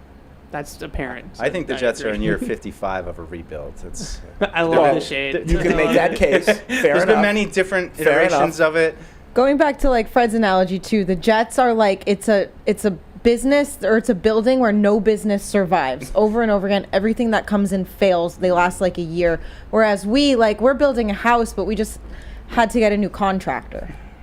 We're still going to try, right? We right? had like a really nice house, like. So it is a but when it was built, but now we need to like. We had a McMansion in the house. 90s. We're updating it, exactly. and we had to get a new contractor. Remodel. Yeah. Okay, good speak. A lot of permits. Good talk. Good job, Spee. Johnny in Madtown. I haven't been able to write in for a while due to a family health situation. Almost 3 months ago, my brother, Carlos or Charlie, was found unresponsive by his caretaker at his home after a battle trying to fight off what ended up being an incurable infection. We lost him on April 13th. I just want to take this time to thank you guys for PU, the draft show, and all the content you produce. It's helped me get through one of the most difficult times of my life. If you all have siblings, please let them know you love them today at some point. When my brother passed away, he was covered by a New England Patriots blanket, the team we maintain our fandom for even after moving to Wisconsin from Maine. He'll definitely be enjoying front row seats to watch the Patriots every Sunday from the other side. So thank you. Every once in a while we hear stories like that, how we give some entertainment to people who are going through tough things, and that makes me feel good. Yeah. Sorry for your loss. Yeah. Ditto. Let's see. Nate writes in, says, I've been making content on the Patriots. I mostly focus on Instagram as my platform for sharing.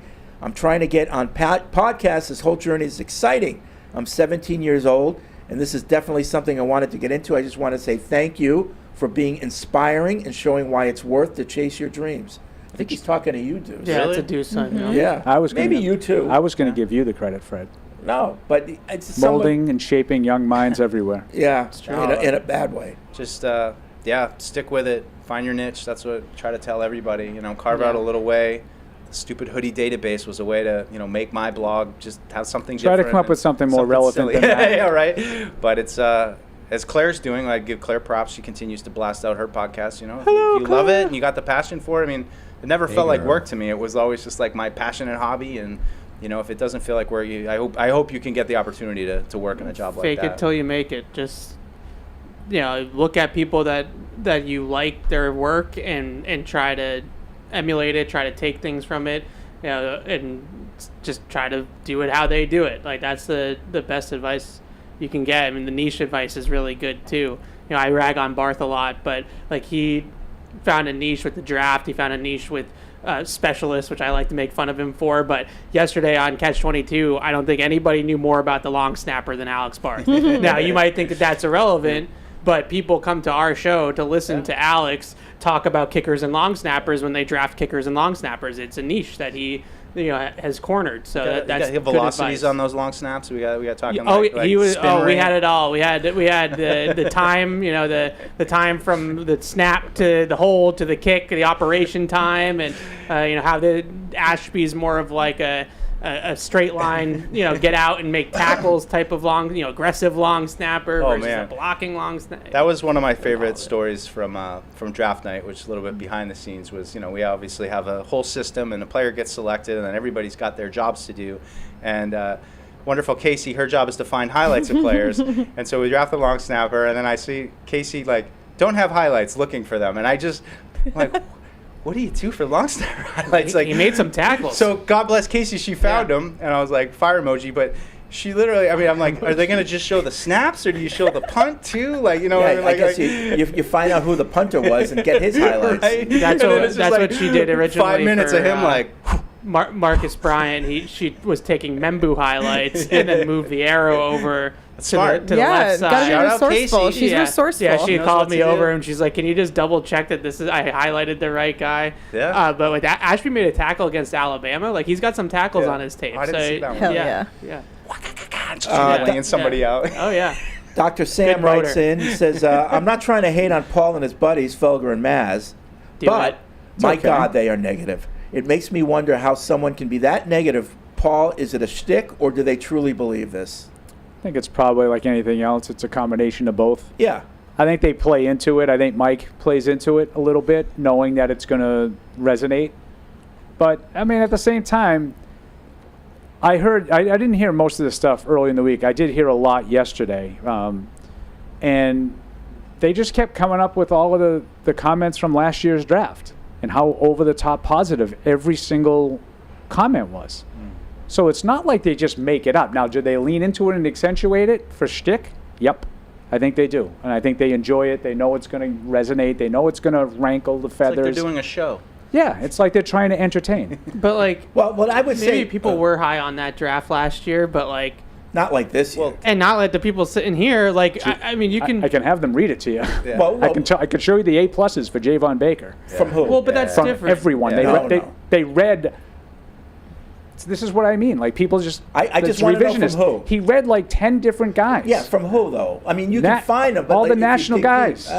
They thought this draft was as good as. Last draft was as good as this. Last year they were overwhelmingly positive about the picks, especially Javon Baker. But saying that you thought that Javon. This year? Fred, an A is an A. I don't know. Did they like this one better than that one? I don't know. I think the average for last year was C plus B. But it wasn't. And they have the receipts. No, from what I saw. But I'm just telling you them. I don't care. Okay. All right, maybe I'm wrong. I just don't remember. I can just tell you that. People being as excited as this year. Last year, everybody was telling me that Jalen Polk was going to fit right in as a starter and be an unbelievably productive player. And be fine. And be better than you have an upgraded version of Jacoby Myers, is what people were saying after the draft last year. Okay? So, I don't know, is that better or worse than what people were saying about Kyle Williams I'm just now? saying, I don't know. I just don't remember the enthusiasm. People thought it was an okay draft. I feel like the enthusiasm right now is at a very high level for this draft. Yeah. I'm just going to speak to that. No doubt. Present. Some people said it was the best draft in the NFL this year. I heard that. I bumped into Elliot Wolf leaving the building the other day. Yeah. Did you say, excuse me? I just said to him, made small talk about and I said, hey, just to let you know, when we're doing our shows, there's a lot of excitement, there's a lot of optimism. It really felt good about what happened over the weekend, and he goes, no, we do too, and we're hoping that it pans out. But I believe that. I didn't just say that because I ran into the general manager. I said that because that's what my interaction was. And you were trying Thursday, Friday, and Saturday. Well, Fred just called you a simp. I'll tell you what I said off yesterday for that too. We know that one, yeah. No, and what did I say immediately? I did the same thing to Elliot Wolf. I know, but I think with the Javon Baker, because it's a fair point. I like the Javon Baker pick too, but I just like the pick where they got him. I just like the upside of a 4th round pick. I saw a guy that had the talent of probably a 2nd round pick. Right. And I think what the difference is we're just evaluating the draft in the moment, knowing what we knew pre-draft. Correct. No one is sitting there saying that these guys are all going to go on to be Hall of Famers. It's just with the information that you had going into the draft, how do you feel about the guys that they picked? I mean, Deuce and I, with Jalen Polk, we were not. You were not as high as everybody else. I've defended both of you on that pick. I've defended both of you on that fact many times. Right, but the bottom line is this. I hear you. So when I agree with Fred, the enthusiasm and the excitement right now is very high. I think with Mike and Tony, and I'm not trying to defend them because they are negative, and they do a lot of this stuff knowing that it's going to bother people, and they know it resonates and all that. So I'm not defending them. They're big boys. They can defend themselves.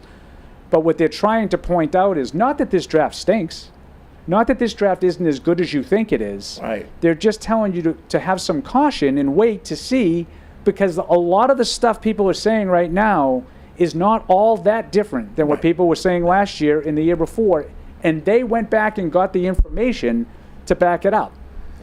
So, I think you had something about the Dane Brugler on Catch 22 who said he felt like this was the best draft in football this year. Yeah. I don't think anyone said that last year. No, I don't either. So there's even more excitement about this draft. Yeah, I agree. Without anybody playing it down. Yeah, I'm trying to think of a time, whether it was our draft or someone else's, where someone said, boy, this is a bad draft, and it turned out to be a great draft. There was one. There was a clip. Really? There was a clip circulating. I think it was like the 2012 Seahawks draft. PFT commenter had a clip circulating where they drafted Russell Wilson and like the whole Legion of Boom, a bunch of those guys, and they got an F. And this Bleacher Report writer was just tearing the Seahawks to shreds, talking about how they drafted a quarterback that didn't fit their system at all, and then they went and won a Super Bowl, a year, 2 years later. But was he on an island, or there were a lot of commentators saying that? I didn't go that far back to look at all the As a Bleacher Seahawks Report writer circa 2012, anybody take it with right. a grain of salt, literally. I'll tell you one thing that I saw for this particular, because again, I think all of the reactions for this draft I haven't seen anything really even close to negative. I think I saw one C something. I saw C plus B minus. Okay, that must be the one I'm talking about. But I saw NFL.com grades all the drafts. Do you know take a guess what the lowest grade any team got? A minus. A B minus. Oh, I mean, you can't have that. Like, how can everybody be good? Sign me up for that class. Especially. That's what I said. Right. That's what I said. Graded on a curve. So somebody on Twitter, his name is Renee Bugner, I think it is. Oh yeah, he's been around. He does a consensus of all of the grades every year. He puts out a tweet of all of the top draft guys all in one. So this year the Patriots were number 1. They had the consensus best draft in the NFL. And I don't find that surprising at all. Yeah, I think that was anecdotally that's what I thought. Yeah, last year they were 12th. So middle pretty of the high. It is still pretty high. But still Top pretty third. high. So he does it's kind of cool. He averages a GPA out of A plus, B plus. So last year their GPA was 3.2. 3.2. This year it was over 3.6. Wow. So I'll say this High too, honors. to rip Felger and Maz a little bit. I kind of defended them a little bit. So 12th, okay? So what they do is they selectively do it. Because obviously there were people that thought 3.2, it's not a bad grade. So there were people that had a lot of nice things to say. That's what they read. Yeah. They didn't read the ones that brought it down to a 3.2. Because there was probably more people last year that didn't like the draft than this year. But that doesn't work for their argument in the moment. Right. So they leave that out Felger and they facts. they go with Felger facts. It's nothing that they didn't say anything wrong. They attributed a positive comment to whoever said it about Javon Baker. Yeah. But they left out the part that maybe 3 other people didn't have as nice things to say about Jalen Polk. Yeah. Because that doesn't fit their narrative at the time. That's what they do a lot. I mean, just within context, and it goes back to what we spoke about earlier in the show, getting Drake Maye at 3 overall, for me, colored the whole draft. It was, you're kind of like, okay, at the time when they took Layden Robinson and Kaden Wallace, kind of like, there were some questions about needing the left tackle. I agree with the point on Polk, and it's like, because I really did like Polk. Like you guys paint me out as being like depressed when they took him. I just was mad at the spot. I just felt like the second we needed a little more dynamic energy like Kyle Williams has. That's why I was more excited about him in the 3rd round. But I just think Drake Maye kind of colored last year's draft and the reaction to it of you feel like you got the guy. It's the hardest piece to get, and you felt he didn't have those athletic limitations where when they drafted Mac, you were like, well, I just think he can execute it and get ball distributor, and he's going to make the right play, and he's not going to throw stupid interceptions back across the field 3 times, like that kind of stuff. I think that's fair. Paul, do you remember? Probably not. We've in the 30 years I've been here, we've had drafts where most of the people said that was a good draft, but. Do you remember a draft where the consensus was we had the best draft? I don't. Oh, yeah. I thought you were going to say, do you remember a draft that we ever had that people said wasn't a good one? And I can't. Yeah. I can't think of a single one. But do you remember one where they said that was the best draft?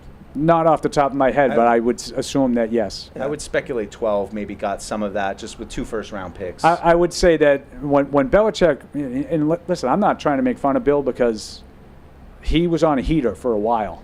And when he was in his heyday in like the mid-aughts, when it was just ripping out pick after pick after pick, I'll guarantee you they would consider to have the best draft in one of those years. But no, I don't have that information. Yeah, I just think, and this is a me thing totally with your shows. Like, it's hard for me as someone that puts so much into the draft to hear that. Oh, I've never watched the guy play. Oh, Jimmy G. So if you want to read other people's takes on the picks and then do what we're talking about with the grades and regrade the graders and all, that's totally fine. Yeah. But don't give me a take on the player if you've never seen the player play. I'm going to give you this too. Who does that? Mike and Tony. Oh. They take pride in the fact that they don't know anything about these guys. Right. So, but they don't judge the play. They judge the people who are judging the play. Correct, and that's what I said. Which is totally correct. Sure, but don't then have a take on Travion Henderson. The funniest thing about the whole thing is, in general terms, they don't really have any problems with players either. It's all about how the media perceives the players. Yeah. But they just don't like people being happy. To Evan's point, we're going to knock you down. To Evan's point, they're talking yesterday. They're trying to break down Kyle Williams, 69th pick, and Felger's saying, like, what are you hoping to get? Like, everybody is completely convinced this guy is going to be great, when history will tell you is probably maybe a 30% chance that he hits. Based on where he's picked. And they're going about all these different guys that are drafted over the last 3 or 4 years in similar areas. Did you hear this? No, but I can imagine what it sounds like. So Felger's obviously on draft history, and he's doing all the wide receivers, right? He's like, Mike Dussault, Alex Francisco, Nathaniel Dell, Evan Lazar. They have no idea who Nathaniel Dell is. They don't have a clue. Do you know who Nathaniel Dell is? No. It's Tank Dell. Oh. Yeah. Okay. And so they're like, I never heard this guy. So he stinks. Right. And of course, you get like 45 minutes ahead. They go to the email section, and this is what I'll say to Mike's credit. Yeah, he takes him. He read 4,000 emails destroying him for not knowing who Nathaniel Dell was, and he read every one of them, ripping him a new one for it. But the point is Evan's point. You should know at least a little something about the game and other players around the league. They talked about Josh Downs, and they gave his stats, and then Felger said, and he did that with Anthony Richardson and Joe Flacco throwing the ball, and Tony starts laughing, and he goes, "Oh, I'm glad you said that because I was going to ask you what team he was on." I'm sorry, you should know what team Josh Downs is on. I'm not asking you to know what team the left guard is on. I'm asking you to know a wide receiver who catches 75 balls a year. You should probably know who that what that guy is. It's like, if only they had somebody that works for the station who lives and dies by college football that could maybe just give a little get the bartender input, in there full time. The bartender had more than his share of airtime over the last month. They need an earpiece with him in their ear. Bill in Vista, California. Just scrolling through X and seeing highlights of Drake's presser. Again, I've only read excerpts and have not heard it, but is Drake giving sneaky Rocky vibes from happy for Joe to have a chance to be a backup to happy to have a receiver who has made plays? It almost seems like subtle shots. That brings up the question, when did Deuce become Drake's mentor? Happy Rocky vibes? Yeah, what are the Rocky punches, happy Rocky? Throwing punches would be my guess. In the morning, I splash it on, and it makes me Smeal mainly. Smeal mainly? Can you read that, Rock? Rock. Leave him alone. Yeah, was there a He'll movie knock you to tomorrow, where Rock. Rocky took shots at people? I don't know. I mean, he took literal, punched people. Oh, yeah. Maybe that's what he's talking about. Don't take no cheap shots. Even Thunder Lips. Baby. the ultimate object of desire. David in Madrid, I'm super excited for the draftees and the UDFAs. I gotta admit, I'm not excited about the UDFAs. I'm sorry. I just love. It's like that's another example of I think what Felger and Matt is like really. It's a good UDFA class though, Fred. Good. I mean, there are a couple guys on that. Efton Chisholm, Land Larison, Elijah It's Ponder, funny because we went Jack from a draft Conley. that it wasn't really hugely talent-laden to now we've got talent in the UDFA class. We have in not only the fairness- best draft, but the best UDFA class as well. In fairness, everybody said there will be a lot of good UDFAs because of the glut of players in this draft. Okay. There were more players available because of COVID in the 5 years, 6 years, 7 years.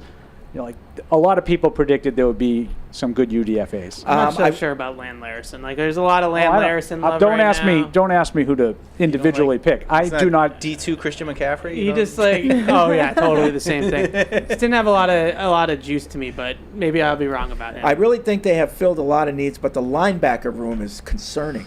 Right now we have Spillane, Gibbons, Ellis, Tavai, Monty Rice, and a UDFA. Do you guys trust this group? And if, God forbid, Spillane gets injured, are you comfortable with a Gibbons-Ellis or Ellis-Tavai as a tandem? I certainly am not. If we lose games or our defense isn't what we expected, it will be because of the second line of defense. I don't think that this scheme, I don't think necessarily, what's the word? I don't think they need superstars at linebacker in this type of defense. Like, I don't think this is a defense that runs. Some defenses, like the middle linebacker spot is a key spot within the scheme, and it's kind of all built around the middle linebacker, especially about a good one like San Francisco or something like that. This defense, I don't feel is that way. I don't think they ever really had superstar middle linebackers in Tennessee either. They were all kind of role players and guys that were good at what they asked them to do types of players. So I think their linebackers are fine for what they're trying to do. They want their defensive line to be I agree with all of that. I would worry a little bit if Spillane were to get hurt. I think Spillane needs to be a part of this. Yep. Yeah, I mean, I think Gibbons is an okay backup that they didn't have last year, and I'd also say Christian Ellis he was also at the podium after you guys and said this is the perfect defense for me to play in, which makes sense to me. He fits that kind of mold of just little linebackers who can run. Has Spillane talked other than the day that we No. signed? No, not yet. Do we know if he is okay with being called Bobby? I don't know. Because I do want to call him Bobby, and I want him to move to Swampscott so I can say it's Bobby from Swampscott. You think you're Mickey Spillane? Not a lot of Patriot players, I imagine, living up in Swampscott. No? No? Well, it's a nice place. It's a little far, It's isn't very nice, but it would be. Is it far? It's like a Paul It'd be very. You'd be crazy to live that far Very away from difficult work. to manage true. that commute. Yeah, that is. You have to go. But if you through live all up in that. Boston, like you're probably there's some days where you're driving an hour to get home. Oh, me so about make it. it 2 for Swampscott. Let's do a little mileage Yeah. check here. What do you got on the mileage car these days? These three. You guys, three of you guys. 265. Oh, my goodness. 265,000. I'm at 170. And your car's like 2 years old, right? Well, it's a 19. Yeah. Alex, 240. It's a 19 It's too. pretty good. I had to get new Got it. tires. Got my Bridgestone tires yesterday. Run flat? By the way, run flats and The run flats. I had them. What the hell? Had them detail it. It does make a big Ooh, difference. shiny. It's like a new Looking car sharp. inside. Can I tell you guys a quick story? I'm still so irate from this. I got an oil change the other day, and I wanted them to just inspect the car too. But my neighbor's kid cracked my driver's side mirror with a tennis ball. So needs the glass replaced, or else they'll give me a red R because it's a safety thing. Obviously, you want a red R, not a black R, Yep. rather. I have one. So I said, yeah, just Like a year. Thanks. so just quote it. for Going on me. 16 months. So I tried to get a quote to do the mirror too, as well as my oil change, tire rotation, etc. He tells me it's going to cost $700 to do the mirror. And I Go to said, what do eBay. you mean? And he said, yeah, well, it's the part and the labor. And I was like, okay, we're not going to do that today, whatever. I go sit down, get up on the internet, pull up some YouTube videos, yeah. bring my laptop back up to the guy. Yeah. And I say, are you quoting me for the entire mirror or just the glass? The glass and pops he right said, out. It pops right out. Yeah, I you can do it myself. Yeah. So I have my laptop and I'm like, did you quote me for the entire mirror or just the glass? And he said, oh, let me check. And he goes, they said the entire mirror. I said, why? I said, show me it. Why do I need the mirror replaced? The glass pops out. Like, it's literally just the glass. I made him walk to the car with me and show me. And he Good was for like, you. oh, Cisco. because I'm so vulnerable in an auto body. Like, you know. Good for you. Did you get mansplained the mirror? He tried. He freaking tried. But guess what? My family owns a chassis company. My brother's super handy. Like, I was ready to go. I had ChatGPT up. I had the YouTube video. So I love Angry Alex. So I'm like, why would you guys quote me for the mirror if it's just the glass that needs to be replaced? I said the electronics still works, Well, all you of can this. go buy that at And then he had Advanced nothing to and do say it to me. He was yourself. like, oh, you're right. And I said, yeah. And I'm Screw like, you. No, but that's the thing today is you need to find a place that is willing to repair rather than replace. Yes. Yeah. It And was very few of them do. It's ridiculous. just easier and they make more money just taking off the whole thing and putting in a new one rather than just fixing it. So then I'm like, he's like, oh, well, the glass will cost this. And it was still outrageous. It was like going to be like almost $200 just for the glass and to pop it out. And I had seen the video and I was like, honestly, for the convenience, if you guys had quoted me initially and were honest, just for the convenience, I would have said whatever. Like, You should get on social media and call them out. I can't. Why? Sponsor reasons. I'd say real quick, She's already asked. eBay I is thought about it. eBay is wonderful for that kind of stuff. You can put your car and make in. They'll tell you exactly Yeah. what you need. And there's YouTube videos I've done. A car mirror. I've done rear play. view I lights. had my work laptop press play on the video. I said, you're telling me this is going to cost me $200? Like, I was irate. This is a problem though in the car industry. Like my dad does a lot of consulting, and a lot of his business send my brother. is women because women like they think they can take advantage of women, And they do. in the car industry. And so like my dad goes in with them and like they'll lease a car, buy a car, and like they think, and then he's like, no, we're not doing this today. Like That's terrible. Let me tell you something. They take advantage of middle-aged old men that don't know anything about cars too. Yeah, right. Like me. Well, that's why my dad has a business. Like, what's that? $750 for That's glass on a mirror. ridiculous. I could have punched this guy. I got to get my brakes done. It won't cost. My heart rate's like high right now just thinking about and it. It was sometimes, days ago. like a guy like me, if I go in telling them what I think I know what's wrong, they take it as a challenge to like, it's awful. But good for you. Thank you. Do your I research. was very proud of myself. I think it's the Fetzer valve. Do your research and Might be the bypass lane. $500. Thank you very much. Bypass line. We got to get Paul's car to pass inspection, Paul. What do we got to do? I think that ship has sailed out. I'd love to hand it over to your father and just look the other way and thank him when he's done. Red R. Perillo. All right. I'll give you his business card. That's going to be it for this edition of Patriots Unfiltered. Thank you for watching and listening all week. More stuff coming on Patriots.com and all our social media accounts. As always, it's a busy time here, even though it's the off season. NFL never stops. We'll see you next Tuesday. Hey, this is Fred. Thanks for tuning into the show. If you really want to help us, make sure that you like us wherever you get your podcasts, like Apple Podcasts or Spotify.